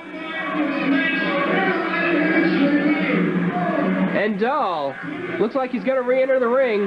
No? Wait a minute, he's going to the top. But the Cobra's on the arena floor. Body press to the floor by Bobby Dahl. He's taking it to the extreme. Referee Jerry Reiner putting the count on both men. That move had to take its toll. As Dahl sends his opponent back into the ring. My voice is going, folks. What a match this has been. Headlock by Dahl. Wait a minute, looked like a bulldog. And Cajun Joe once again on the apron, distracting the referee, but his man has the pin. He's hooked the leg. That's a 5 count right there, fans. And by the time Reiner gets over there, could have a confrontation between Dahl and Cajun Joe here. Dahl appears to be complaining that he had the cover. Reverse sunset flip by the Cobra. 2, 3, and your winner of this match is going to be El Cobra. Strangely enough, Cajun Joe cost his own man the match. And Joe is livid in the ring as Jerry Reiner raises the hand of the Mexican sensation. El Cobra, your winner. We're back with you once again, wrestling fans, for our second bout. It's going to be the Battle of the Legends. As you see, the wild man, Don Fargo, one of the most dangerous men ever to step inside the squared circle in professional wrestling, making his way around ringside. And Steve, I know you've been close to Don Fargo for many years in the Fabulous Fargos. That's exactly right. Wild man Don Fargo, the man responsible for breaking in Greg the Hammer Valentine, Rowdy Roddy Piper, some of the most marketable and reputable names in professional wrestling today. Wild man Don Fargo, Jackie Fargo, the Fabulous Fargos, a tradition lives on tonight here in Bainbridge, Georgia. And that's right, here in Globe Star Wrestling. It's all about tradition as the master of the sleeper hold, Ken Lucas, gets ready to make his way to ringside. The fans really love this man all over the South. He's a legend. The master of the sleeper. Had a lot of great bouts recently with Bullet Bob Armstrong and came out on top to prove that he is indeed the master of the sleeper hold. Right there you are, Dothan, Alabama, the Continental Reunion. Bullet Bob Armstrong against Ken Lucas, sleeper versus sleeper. Good night, Irene, for Bullet Bob. Ken Lucas victorious on that one. Mesa, Arizona against Hell's Kitchen, New York. Now, those two states are far, far apart. Legendary Don Fargo, legendary Ken Lucas tonight. One of the great matches here in Bainbridge, Georgia. Well, you look at this, the lack of class of Don Fargo spitting out his chaw and putting it back in his pocket, saving that one for later, I think. I can't say much about his manners, but inside the ring, he's one of the toughest men ever to step inside the ring as these two legends square off here. Fargo looks a little apprehensive. Fargo with a 350-plus bench press still can do 350-plus. Now, I was in the gym with him about 2 or 3 months ago. He's looking good for this event. Still very much active in professional wrestling. Not only wrestling, but coordinating, promoting, matchmaking on some other events coming up in the near future, as well as Ken Lucas. Great shape, man. It's just good to see these two in the ring tonight. Bainbridge, Georgia, what a card of professional wrestling.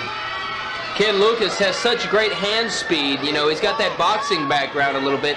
He can really throw those rights and lefts. They locked up there. A little bit of separation being caused by the official as both men go into the ropes. Collar and elbow tie up once again. It's Fargo in control with the standing side headlock. That's what cauliflower ears are made of right there. You got that right. Fargo with that standing side headlock. Lucas, forearm to the back. Now Fargo, man, wild and crazy as he is, he still knows the basics of professional wrestling. Look at Roddy Piper. Look at Greg Valentine, like I said earlier. These men know the basics and the the mat wrestling ability. But Fargo on the upper hand right there. Fargo, rather, I'm sorry. Is a mat wrestler, a brawler. You're talking about extreme wrestling. We've got some extreme stars here tonight, but Fargo created extreme, brother. That's right, Don Fargo, the Wild Man. And you mentioned the Highlander Dwayne McLeod earlier on in our first bout, and also the Lightning Kid Jerry Reiner. They trained for quite some time with Don Fargo. It's a little known fact, but a lot of people say that's really where their careers turned around, and where they really started to shine was after the trainings, the long, grueling training sessions with Don Fargo. And now it's Ken Lucas with a side headlock of his own on the Wild Man. Fargo backs his man into the ropes, forearm smash right to the midsection.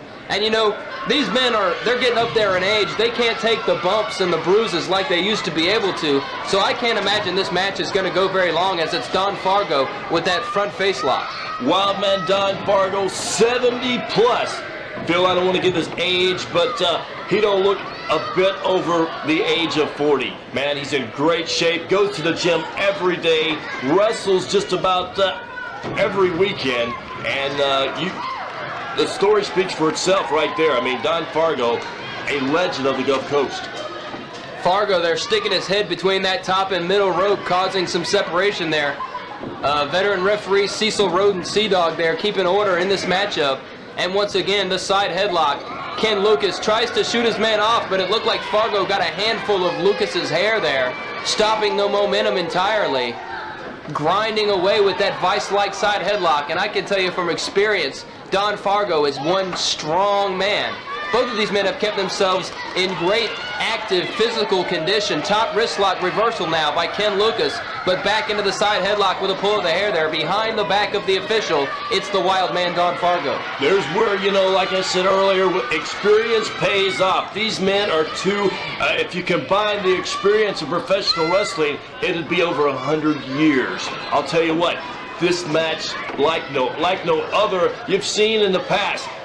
Coordinator of Globe Star Wrestling, also of the WFW, Bobby Wilson, matchmaker, put some of the greatest wrestling cards together along with Larry Strickland of Globe Star, and came up. We've got Boogie Woogie Man Jimmy Valiant, another legend, man. It could be POW tonight. Pioneers of wrestling. Just think about that. That's right, and it looks like taking the advantage now, Ken Lucas. Every time Fargo seems to be on top, Lucas manages to get his way out of the predicament with those hard right hands, that quick hand speed. Greco-Roman knuckle lock now, but look at Lucas, winds his man in the wrist lock. But it's Fargo with the strength and power advantage, backs his man to the ropes once again. Phil, I learned a greater respect for the business as a youngster. Years ago, when you learn at a young age, you learn to appreciate not only the wrestling part, but the business as well. I was taught business and wrestling. How to do the interviews and what to say and what not to say.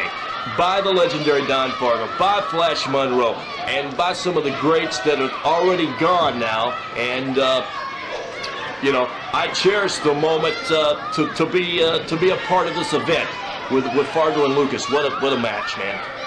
Don Fargo there using that belt buckle on that weightlifting belt he's brought into the squared circle with him. Allowing a little bit of leniency there. Sea-Dog, Cecil Roden, allowing Fargo to bring that belt into the ring, and he used it as a weapon right there.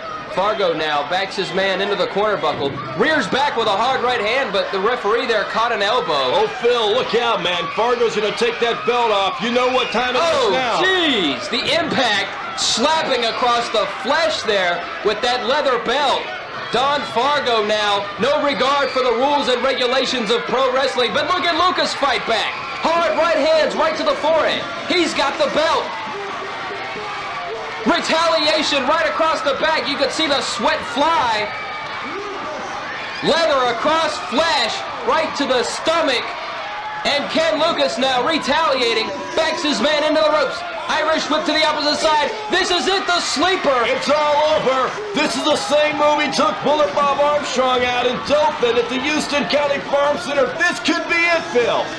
70 plus years old, that blood doesn't flow like it used to already, and he's cutting off that carotid artery. The flow of oxygen to the brain will cease. There's one. He's got it locked in, man. Really wrenching that sleeper hold. Roden checks the arm 3 times, it drops, and it's over. The winner of the Legends match is going to be the living legend Ken Lucas, the master of the sleeper hold. Don't forget, wrestling fans, there's no time limit, no disqualification, and the winning team will be the first team to have all 3 members exit the cage with both feet hitting the arena floor.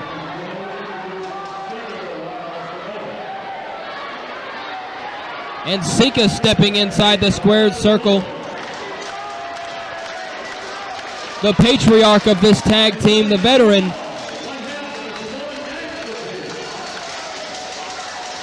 The Sultan makes his way inside the confines of the steel cage, and finally, the 400-plus pound Matty Smalls, and they're getting it on right off the bat. The fists are flying. Action all over the ring. Head first into the steel cage goes the Sultan. Hammering away is Brian Knobbs on Samoan Sika. Matty Smalls has taken the hard right hands from Don DiBiase, and now Brian Knobbs, one half of the Nasty Boys. A headbutt from Don DiBiase, that's the wrong route to go against the Samoans. Face first into the steel mesh goes both Matty Smalls and the Sultan. The Sultan once again into the steel. And right off the bat, it's the fan favorites ruling the squared circle. Adams now hammering away fist and fire on Matty Smalls. Hard right hand to the top of the head, and it looks like the Sultan has a laceration. He's wearing the crimson mask already. These kinds of matches, I gotta tell you, they shorten careers. A gut shot by Sika, and a forearm to the back on Don DiBiase. Matty Smalls taking over on Brian Knobbs. Looks like Chris Adams with a sleeper hold applied on the Sultan.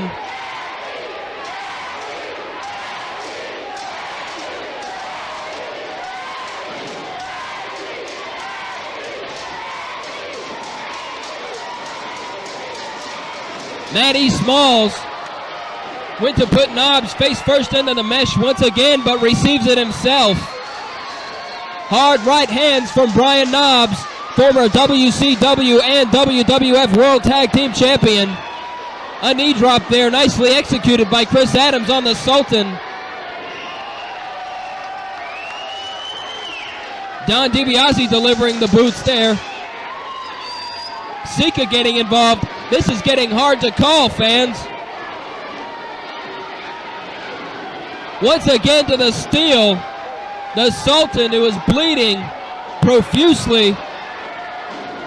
And Don DiBiase with the fist tanked is not helping matters any. Hard right hands right to the forehead. An elbow drop on Samoan Gangsta Matty Smalls by Brian Knobbs. Smalls also bleeding profusely from the forehead. This is a brutal, brutal 6-man contest.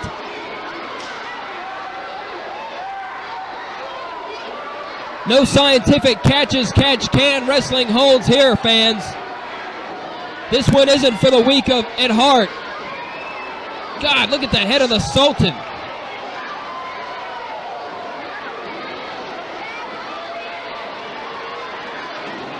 There's the super kick from Chris Adams.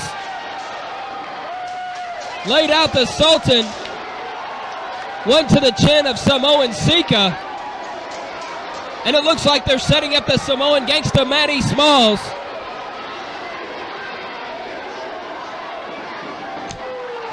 Right to the chin.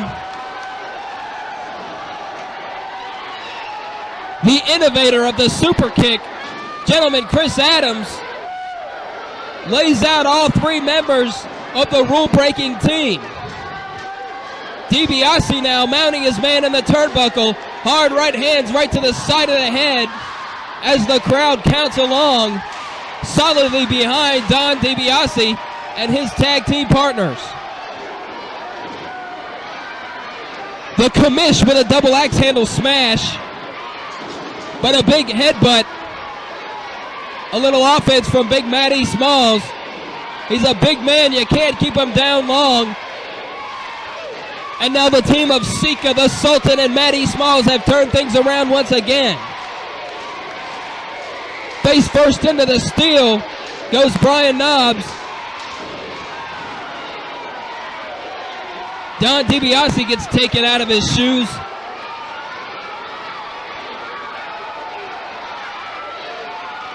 Total carnage inside the squared circle within the confines of this steel cage. Double nerve clasp applied on Chris Adams by Sika, the veteran. Don DiBiase's on Dream Street, taking a severe beating at the hands of the Sultan. Brian Knobbs has his chest raked, and now the face by the vicious Matty Smalls, the Samoan gangster. He has no mercy whatsoever. A full scoop and a slam. Look out, the Sultan setting his man up. Good grief, stuffed pile driver, compressing the vertebrae, just rattling the spine of Don DiBiase.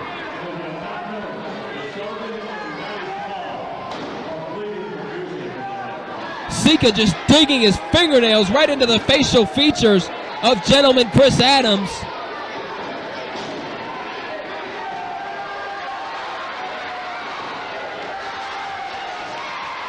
This has got to be one of the greatest main events I've ever encountered.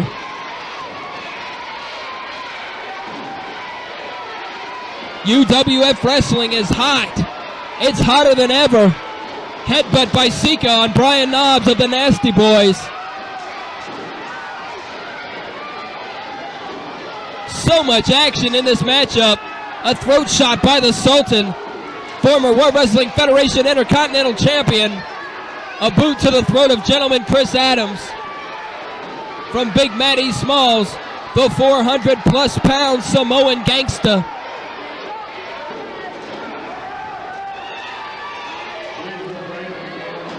Hard foot right to the chest from Sika, former World Wrestling Federation Tag Team Champion, too many times to name.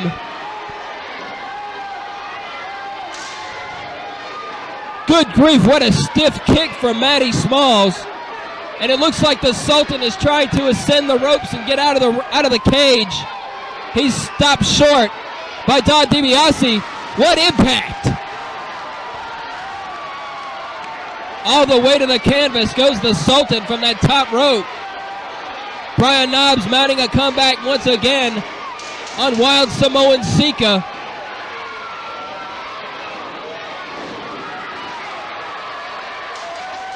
I told you this one wasn't going to be pretty, wrestling fans.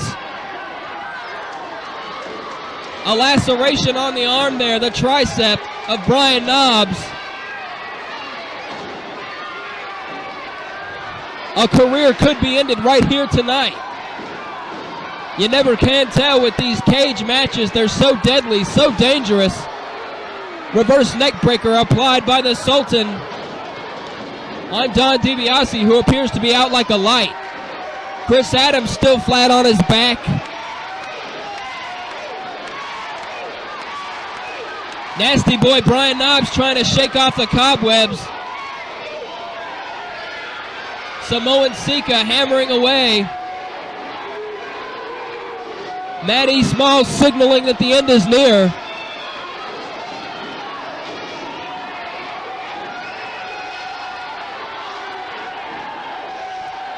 The rule breakers just pummeling their opposition.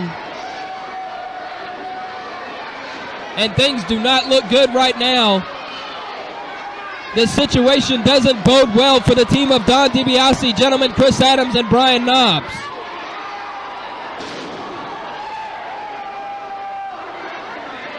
viciously choking his man in the corner. What a splash! 400 plus pounds down across the sternum of Chris Adams, but Don DiBiase has things well in hand, so to speak. The Sultan there straddling that middle rope. That'll take its toll. Remember, no disqualification, no time limit. This match will not end until all 3 members of one team have made it to the arena floor. No pinfall, no submission, no surrender. Escape is the only way out. Hard to the mesh. That hard steel. Don DiBiase. A clubbing forearm by Matty Smalls on gentleman Chris Adams. Once again, Brian Knobbs trying to mount a comeback. Hard elbow smash to the top of the cranium of Sika. Hard right hands for the Sultan. Brian Knobbs has gotten a second win now. Look at Chris Adams firing back on the big man. Don DiBiase hammering away at the facial features of Sika. The fan favorites are back in this match. I haven't been this excited about a main event in a long time. Triple Irish whip like a train wreck in the center of the ring.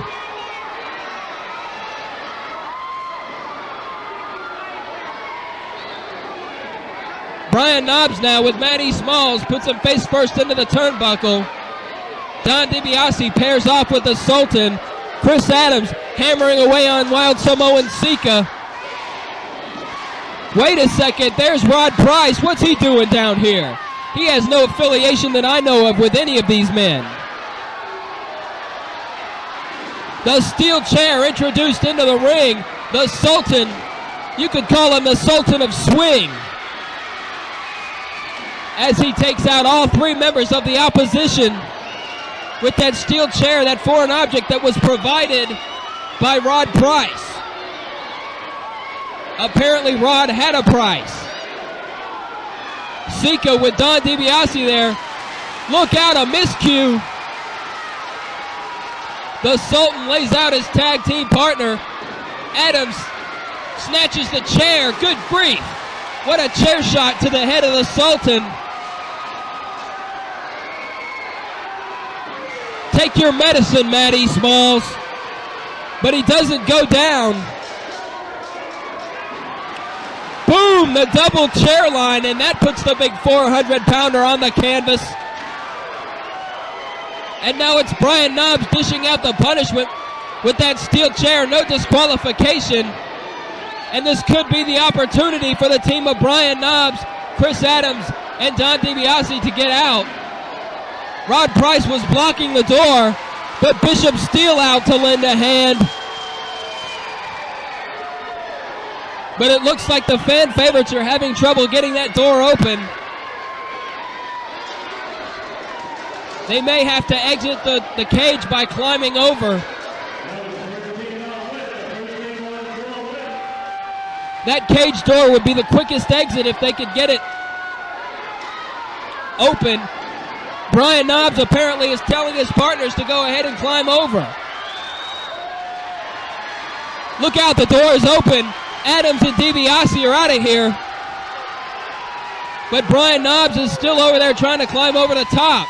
And now he's got 3 men to deal with. Remember, the match is not over until all 3 members of one team are on the floor. Brian Knobbs making a break for the door. They've got his ankle. It's a tug of war here. Kicking away Knobbs. He made it. He made it. The winners of the match are going to be Brian Knobbs, Don DiBiase, and gentleman Chris Adams. Now punishing Rod Price for his interference. He's thrown into the cage. There's your winners, wrestling fans. I'm losing my voice. What action here in UWF Wrestling? All right, wrestling fans, we're set with more great action here on Mr. Electricity Jerry Reiner, Volume 9. The next contest with a very special stipulation. It's a lumberjack strap match between Black Sheep Danny Rowland and Mr. Electricity Jerry Reiner, former tag team partners. As you can see, many wrestlers lining the ringside area. You've got the tag team of Double Trouble. You've got Aaron Blaze. You've got Nick Bondage, along with Shinobu and many others.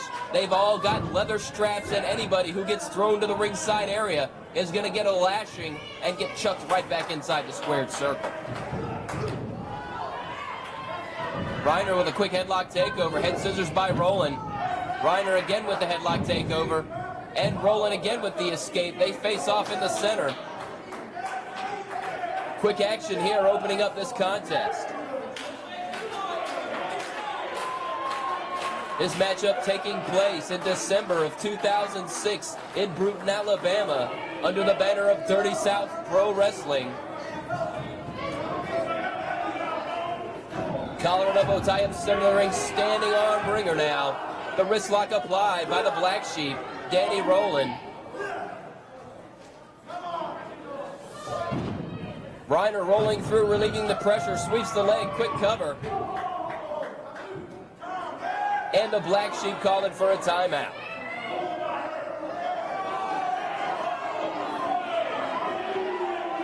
Danny Rowland there complaining to the official Justin Sink. Saying Reiner pulled his hair. I didn't see that.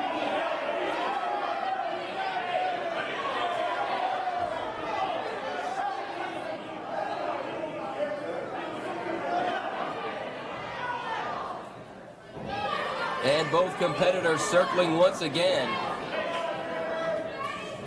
They lock up in the center there. Reiner quickly throwing Roland out to the ringside area. But wait a second. The wrestlers on that side of the ring don't appear to have any interest in lashing Danny Rowland with those leather straps.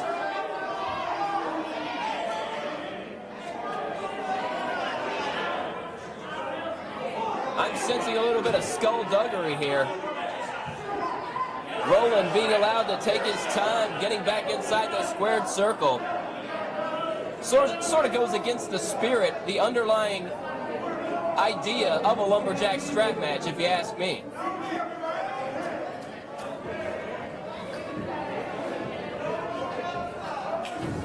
They lock up once again. Jockeying for position now. Reiner, quick arm drag takeover.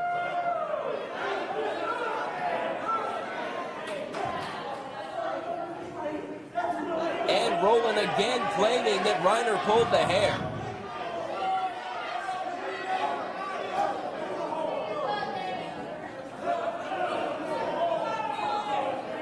I didn't see any infraction of the rules there on the part of Mr. Electricity myself.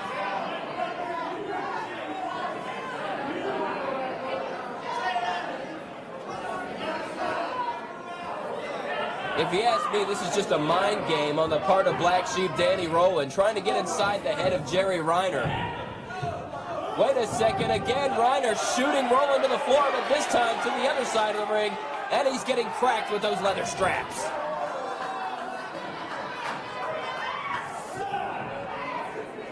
Back inside the squared circle now, Reiner with a standing side headlock.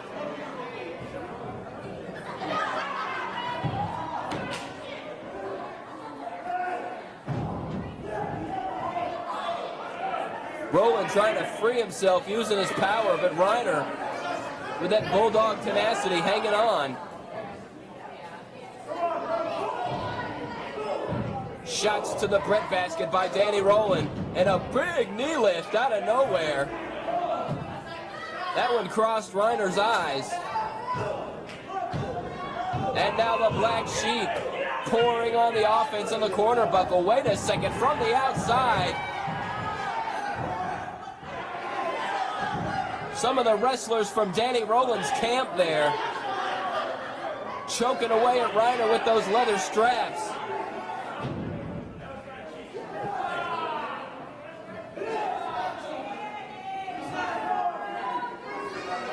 At this point, they might as well just get everybody on the ring apron and make this one a 10-man tag.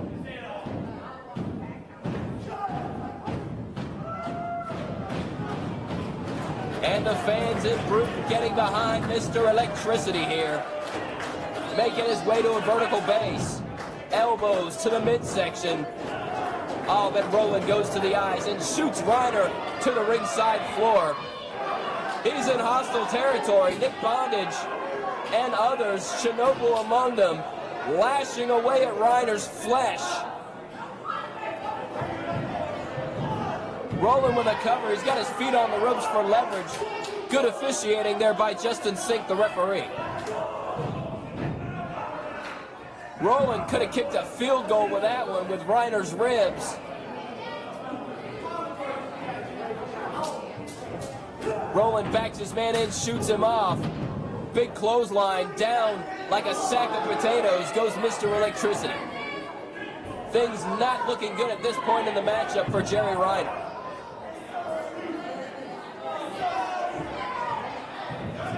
Here's a cover, could be all. Only a count of two, Reiner kicking out. Roland going for the cover once again. Third time, maybe the charm, no.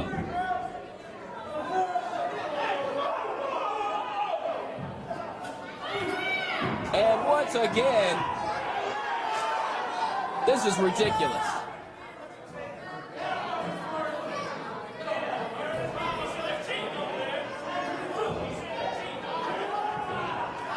Reiner trying to fight back there.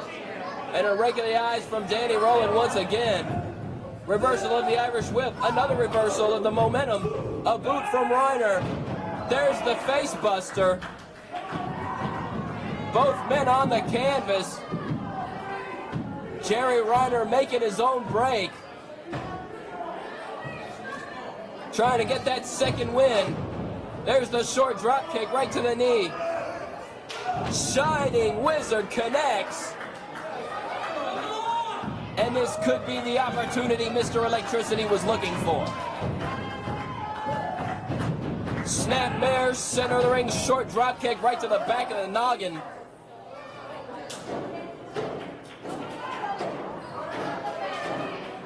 Winds the arm now, reverse thrust kick. Reiner with the cover. Barely able to kick out there, the Black Sheep, Danny Roland.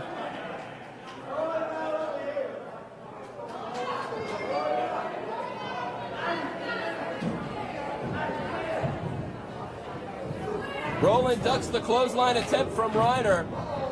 Both men collide out to the outside of the ring. There goes Roland. Reiner looks like he might be out inside the squared circle. What's going on here at ringside?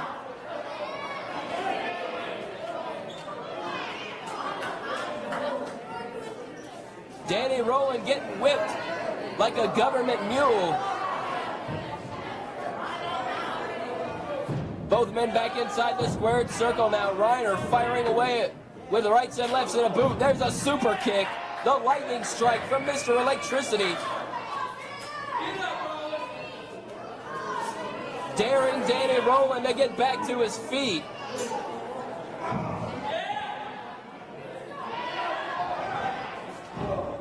Reiner nailing it, man. Wait a second, Nick Bondage.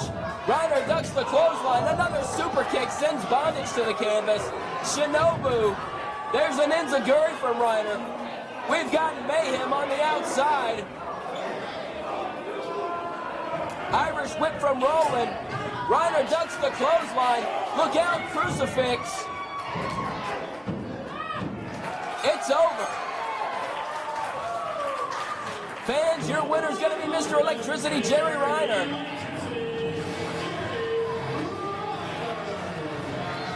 Another incredible matchup here on Mr. Electricity, Jerry Reiner, Volume 9.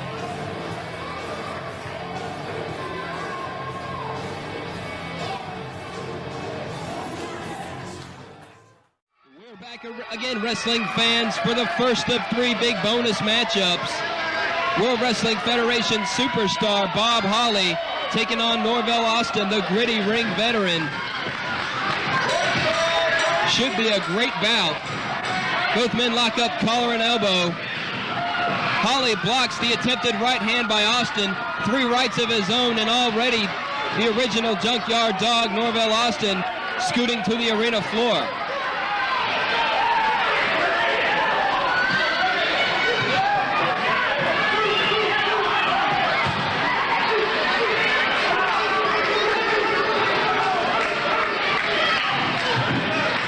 Norvell back inside the squared circle now with Holly, currently one half of the NWA World Tag Team Champions.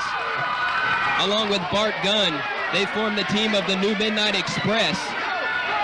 Speaking of the Midnight Express, Norvell Austin, the man in the ring right now with Holly, 1/3 of the original Midnight Express. Also one half of the PYTs, the Pretty Young Things, with Coco Beware the Birdman.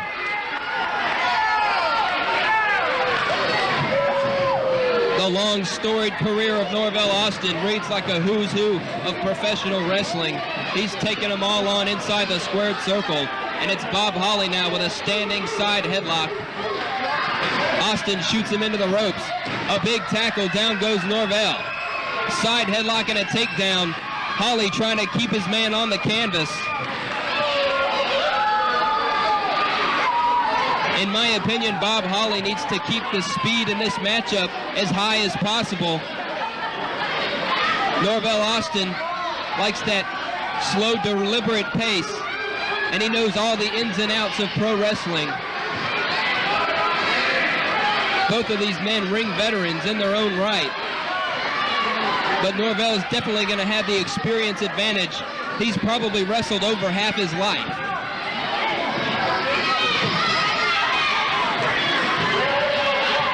Once again, Norvell shooting Bob Holly into the ropes. A big tackle. A drop down by Norvell. Attempted hip lock. Reversed by Holly, and a beautiful standing drop kick. Boy, that's one of the best drop kicks in the sport. Caught Norvell right in the side of the face. This match taking place in Atmore, Alabama, under the banner of Southern States Championship Wrestling.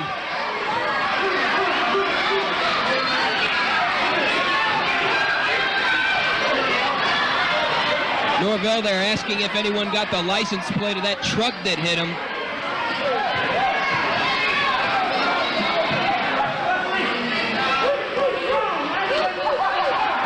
Complaining to the official now about something. Norvell there.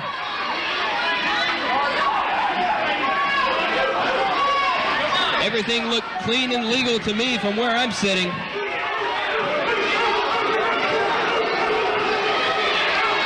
We sure hope you're enjoying this Independent Wrestling Classic Spotlight on the Lightning Kid wrestling fans.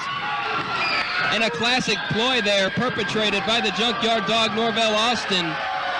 He was the first man in the ring, and you always have that advantage when your opponent is sliding in underneath the bottom rope. There's a big elbow smash from Norvell.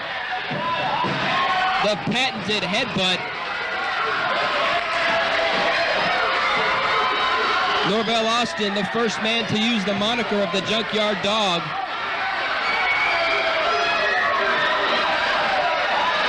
Of course, the late, great Junkyard Dog died recently in a car wreck, the man that competed in the World Wrestling Federation, and he'll be sorely missed. There's a reverse elbow by Norvell. Shucking and jiving there in the ring. He's proud of himself.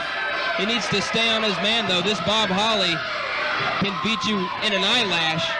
Lateral press hooks the leg. The ring veteran only gets a count of 2 there, and a reverse chin lock now applied by Norvell.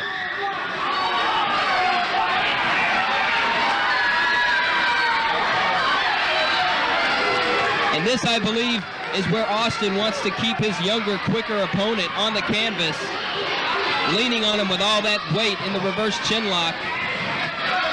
We're not going to show Norvell Austin anything he hasn't seen before, I don't think.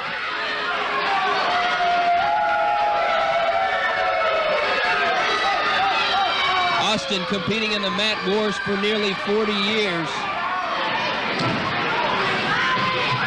Holly attempting to reverse out of that chin lock to no avail now. Makes his way back to a vertical base. Nice arm drag counter there by Sparkplug. And a clothesline right in the face takes him down to the mat.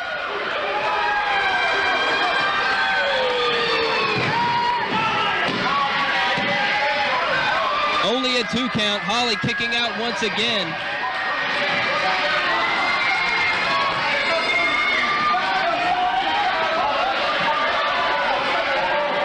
I know he doesn't call himself Sparkplug anymore, wrestling fans, but I refuse to call the man Bodacious Bob.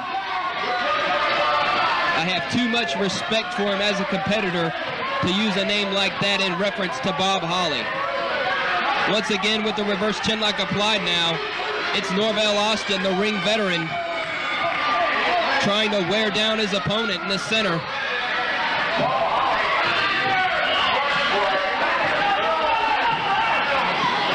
This crowd in Atmore trying to get behind Bob Holly here. He was the fan favorite in this matchup. Great crowd on hand here at the Porch Indian Reservation in Atmore for Southern States Championship Wrestling. Holly once again trying for that arm drag reversal, but you can fool Norvell Austin once, but you're sure not going to fool him twice. Right back to the reverse chinlock. The sign of a great ring veteran in that squared circle.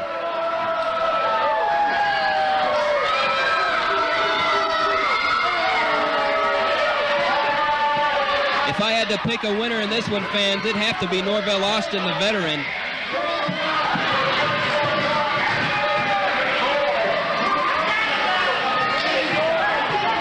Bob Holly, a fantastic superstar in his own right, a ring veteran also. But you got to figure in all those years in the ring going to the favor of Norvell Austin. He's got Holly on the canvas now. A rush of adrenaline. Bob Holly makes his way back up to his feet. Hard right hands to the midsection, off the ropes with momentum. The big knee lift. Another one of the trademark moves of Norvell Austin. Catches Holly right in the face.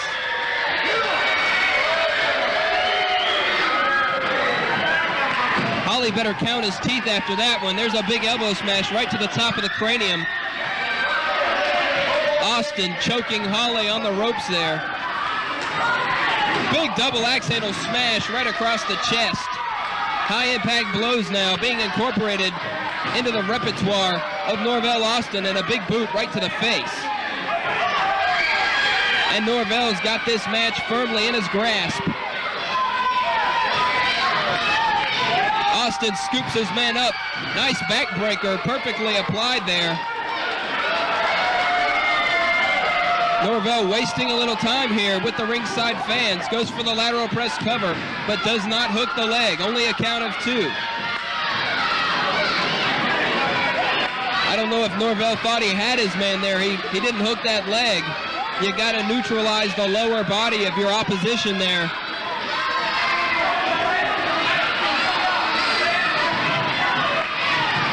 But who am I to tell this man how to wrestle his match? This man was in the ring competing before I was even a sparkle in my daddy's eye. Once again, it's Holly trying to get the crowd here in Atmore behind him.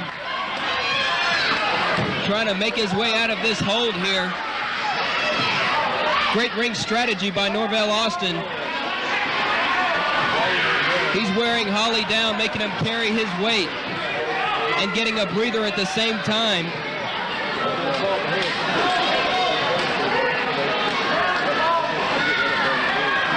Holly might be out of it here.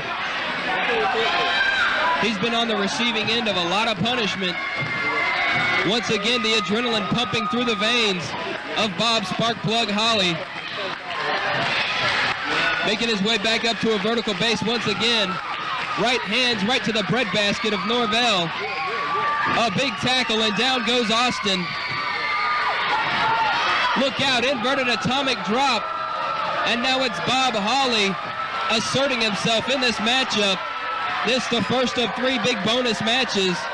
Also yet to come on this video, 4 more great matchups featuring the Lightning Kid Jerry Reiner, as it's Bob Holly putting the face of Norvell Austin into that turnbuckle. Mounts his man in the corner. Hard right hands to the side of the head.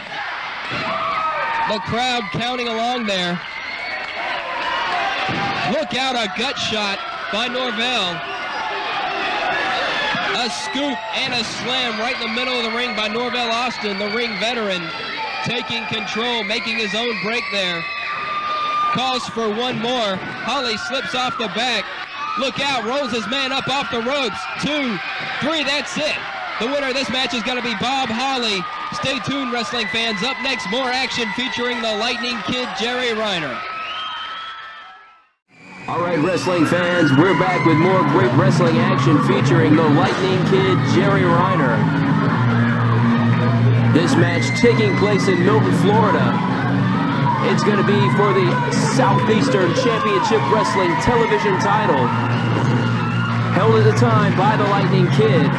His challenger, multi-time former World Wrestling Federation Tag Team Champion, the Road Dogg Jesse James. Both of these men, big fan favorites in Southeastern Championship Wrestling as the official holding the belt high. This is a title match, but wait a second. Off camera here, already some commotion. It's the Cartel, a group of rule breakers in SCW, headed up by Donnie Martin and the Fugitive.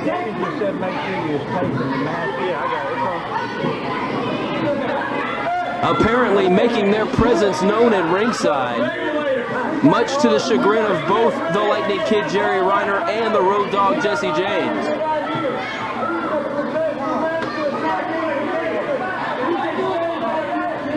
And there you see Donnie Martin, the leader of the Cartel there, pleading his case to the ringside security.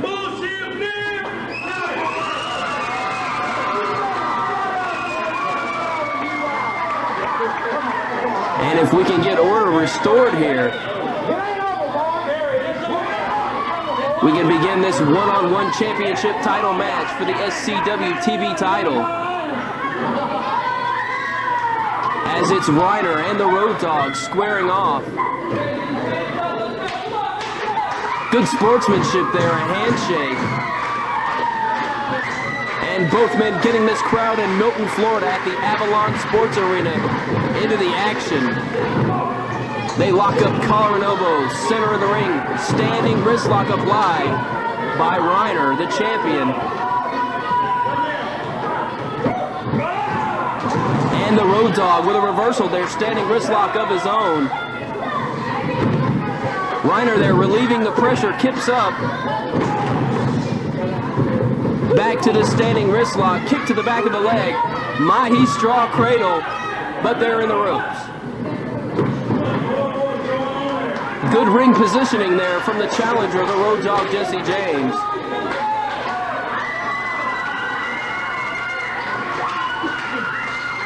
And it looks like James took a seat at ringside there with the fans.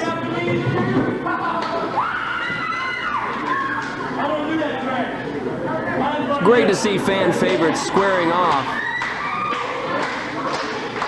As Reiner gets the crowd into the action once again. Southeastern Championship Wrestling, Milton, Florida.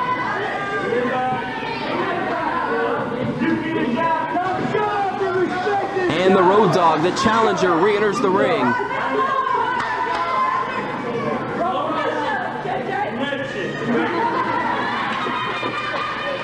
Was that the crane technique? And champion and challenger circling once again. Locking up in the center. Hard right hand out of nowhere from the Road Dogg, boot to the midsection. And Jesse James turning the action up a notch. Shoots his man into the ropes. Went for the side slam reversal into the tilt-a-whirl head scissors. Drop kick right to the back.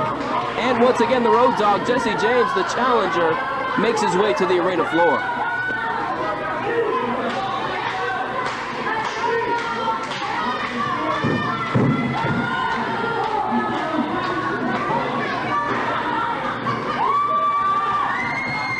And thus far it's been all the champion, the Lightning Kid Jerry Reiner.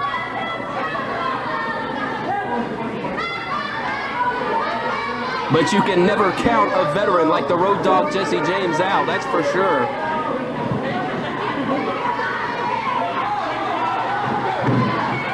Wait a second, coming out of the crowd now. He's got some old lady's cane.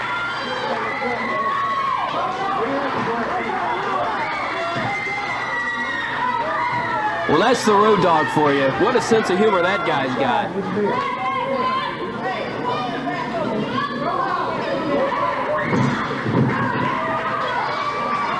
And And the Lightning Kid back inside the squared circle. Reiner, they're actually leading a Road Dogg chant, I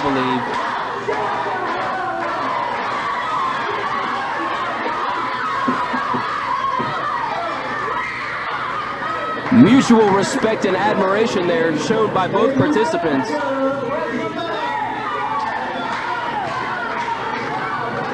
I'm still wondering what that whole cartel deal was about. Donnie Martin and the Fugitive at ringside early on. And again with a standing wrist lock, it's Reiner working over the Road Dogg Jesse James.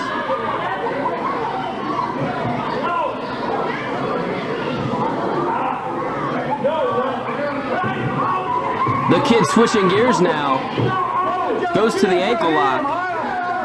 Interesting tactics here from Jerry Reiner as we see Donnie Martin once again at ringside. Apparently the cartel have not left the ringside area as of yet.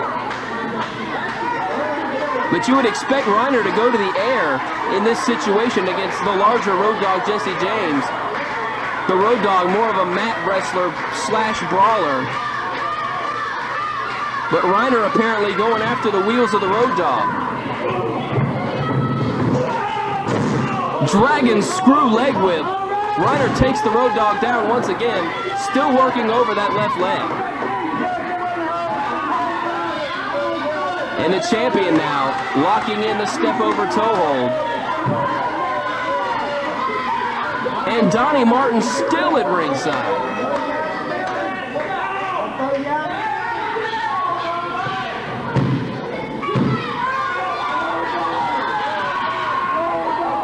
Jesse James, the shoulders down for the count of 2 there. Dropping the knee right across the leg of the Road Dogg, and now the elbow. Reiner locks his man in. Great scientific mat wrestling being shown here by the champion. Wait a second.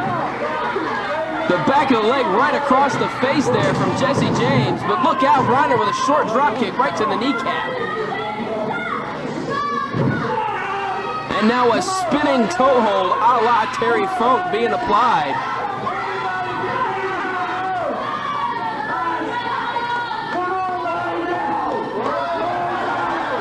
And you gotta say, Reiner's been in control of the Road Dogg, and there's a message for the cartel from Reiner. Meanwhile, the crowd here in Milton getting behind their hometown crowd favorite, the Road Dogg Jesse James, who retaliates now with hard right hands to the cranium. That would knock Reiner for a loop. And again, the Road Dogg dancing with what brung him, and that's those hard right hands, reversal of the Irish whip, duck of the clothesline.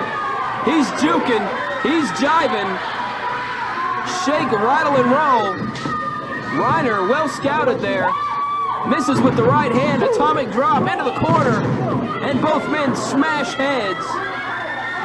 And challenger and champion go spilling to the arena floor. Wait a second, on the outside, the Fugitive. I thought I heard a chair shot, wrestling fans. And the Road Dogg is motionless. Reiner's got no idea what's going on. There's the 3 count. The champion's going to retain the television title. But Reiner concerned now. And there's Donnie Martin of the cartel. Fans, I can guarantee you Jerry Reiner has nothing to do with this cartel. Apparently a personal score to be settled with the Road Dogg from the cartel. And Jerry Reiner just benefiting from the interference. But Reiner was knocked for a loop as well out there. I don't think he had any idea what was going on the other side of the ring.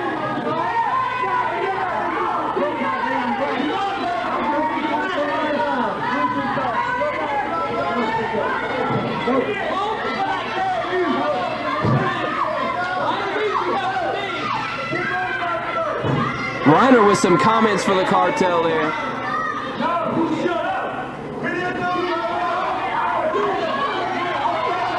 The Road Dogg Jesse James apparently still confused here. Not sure if the Lightning Kid was in on the chicanery that was involved there. A steel chair across the head. Trying to explain to the official there, and Reiner pleading his case with the Road Dogg.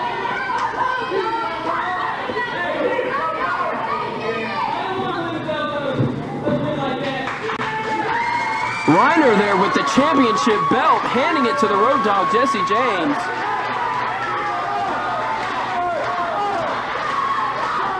What a show of sportsmanship from the champion.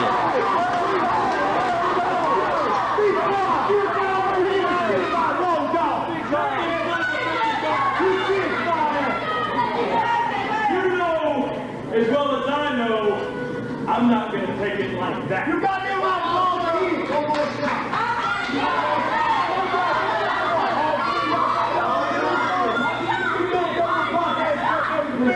Reiner says he'll give the Road Dogg a rematch if he signs on the dotted line anytime. Wait a second, the Cartel now in the ring. And the Road Dogg taking care of business on Donnie Martin.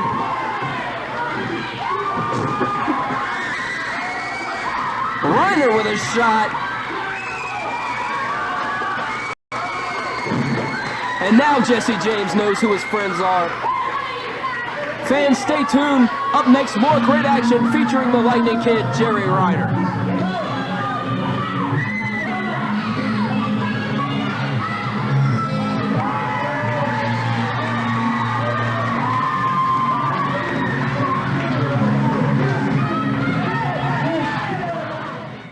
The big surprise, it's the Sultan from the World Wrestling Federation, the man from the Middle East. At 350 plus pounds. In our main event, he'll be taking on the most homicidal, suicidal, genocidal sports entertainer in the business today, Sabu from ECW. Accompanied ringside by Bill Alfonso, the man that calls it right down the middle. What a main event, wrestling fans. Sabu versus the Sultan.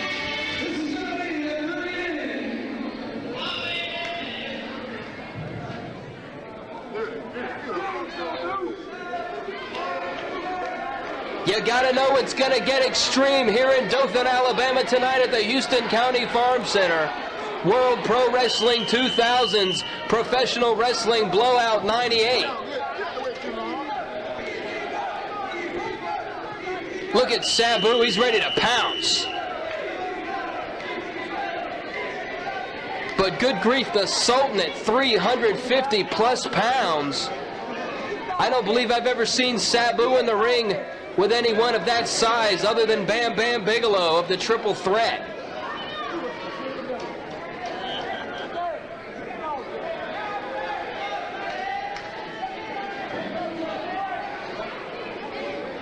Squaring off the two combatants as we get set to get our main event underway, wrestling fans. Look at Sabu, he's a maniac, not backing down one bit from the big man. The Sultan just standing there, intimidating spectacle that he is, sizing up his opposition.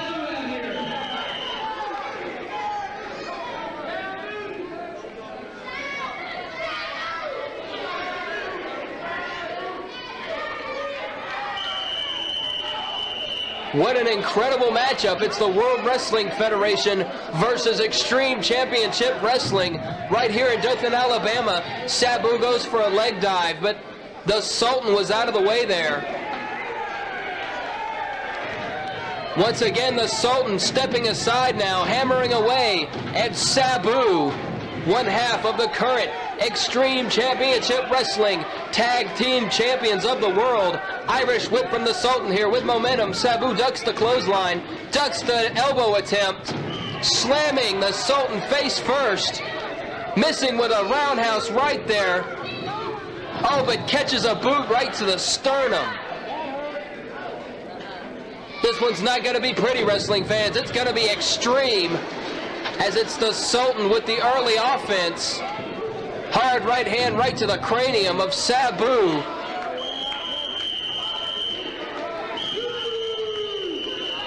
Bill Alfonso with that whistle, trying to get his charge back into this match. Hard right hand from Sabu, returning fire. It's the Sultan, choking his man in the corner there. Referee A.J. Pearson there to try to break it up. But the Sultan threatening the official there. Choking away mercilessly. What a main event, wrestling fans. Irish whip into the corner buckle. Sabu hits hard. But nobody home as the Sultan rams that shoulder right into the steel ring post. A springboard there into a side kick. I'm losing my voice, fans. The action here is so exciting. Springboard moonsault there. But Sabu unable to hold the big man down for a count of 3. All that strength and power possessed by the Sultan. Look at Sabu sliding baseball slide kick to the arena floor.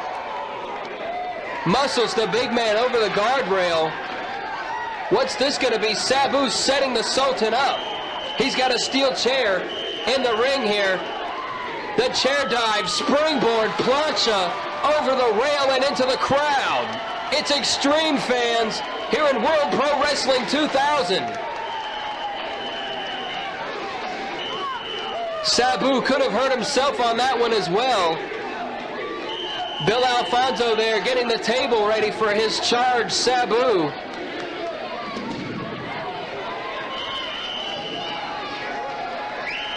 And you knew sooner or later, wrestling fans, Sabu would try to bring a table into the match. But now the Sultan rears his ugly head, slamming Sabu face first into the table, hammering away now. He's got him laid out. What can the Sultan have in mind for Sabu?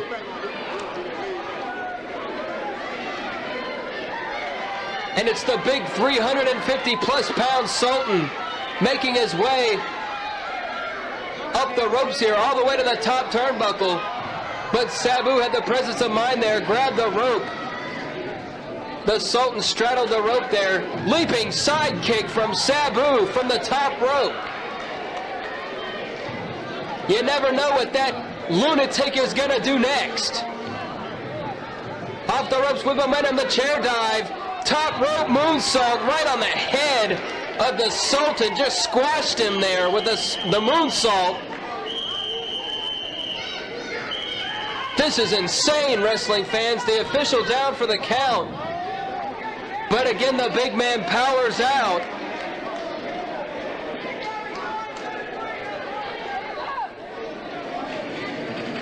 Unbelievable action, wrestling fans. Another sliding drop kick from Sabu. Look out from the inside. Slingshot over the top rope, leg drop through the table. That might have knocked the big Sultan right out unconscious. I can't believe this, fans. I've never seen action like this anywhere. The epitome of hardcore Sabu. Really putting it to the Sultan there. AJ putting the count on the big man. He's up to 5. But look at the Sultan sliding back in the ring underneath that bottom rope. Makes the cover. A 2 count and kicking out once again the Sultan.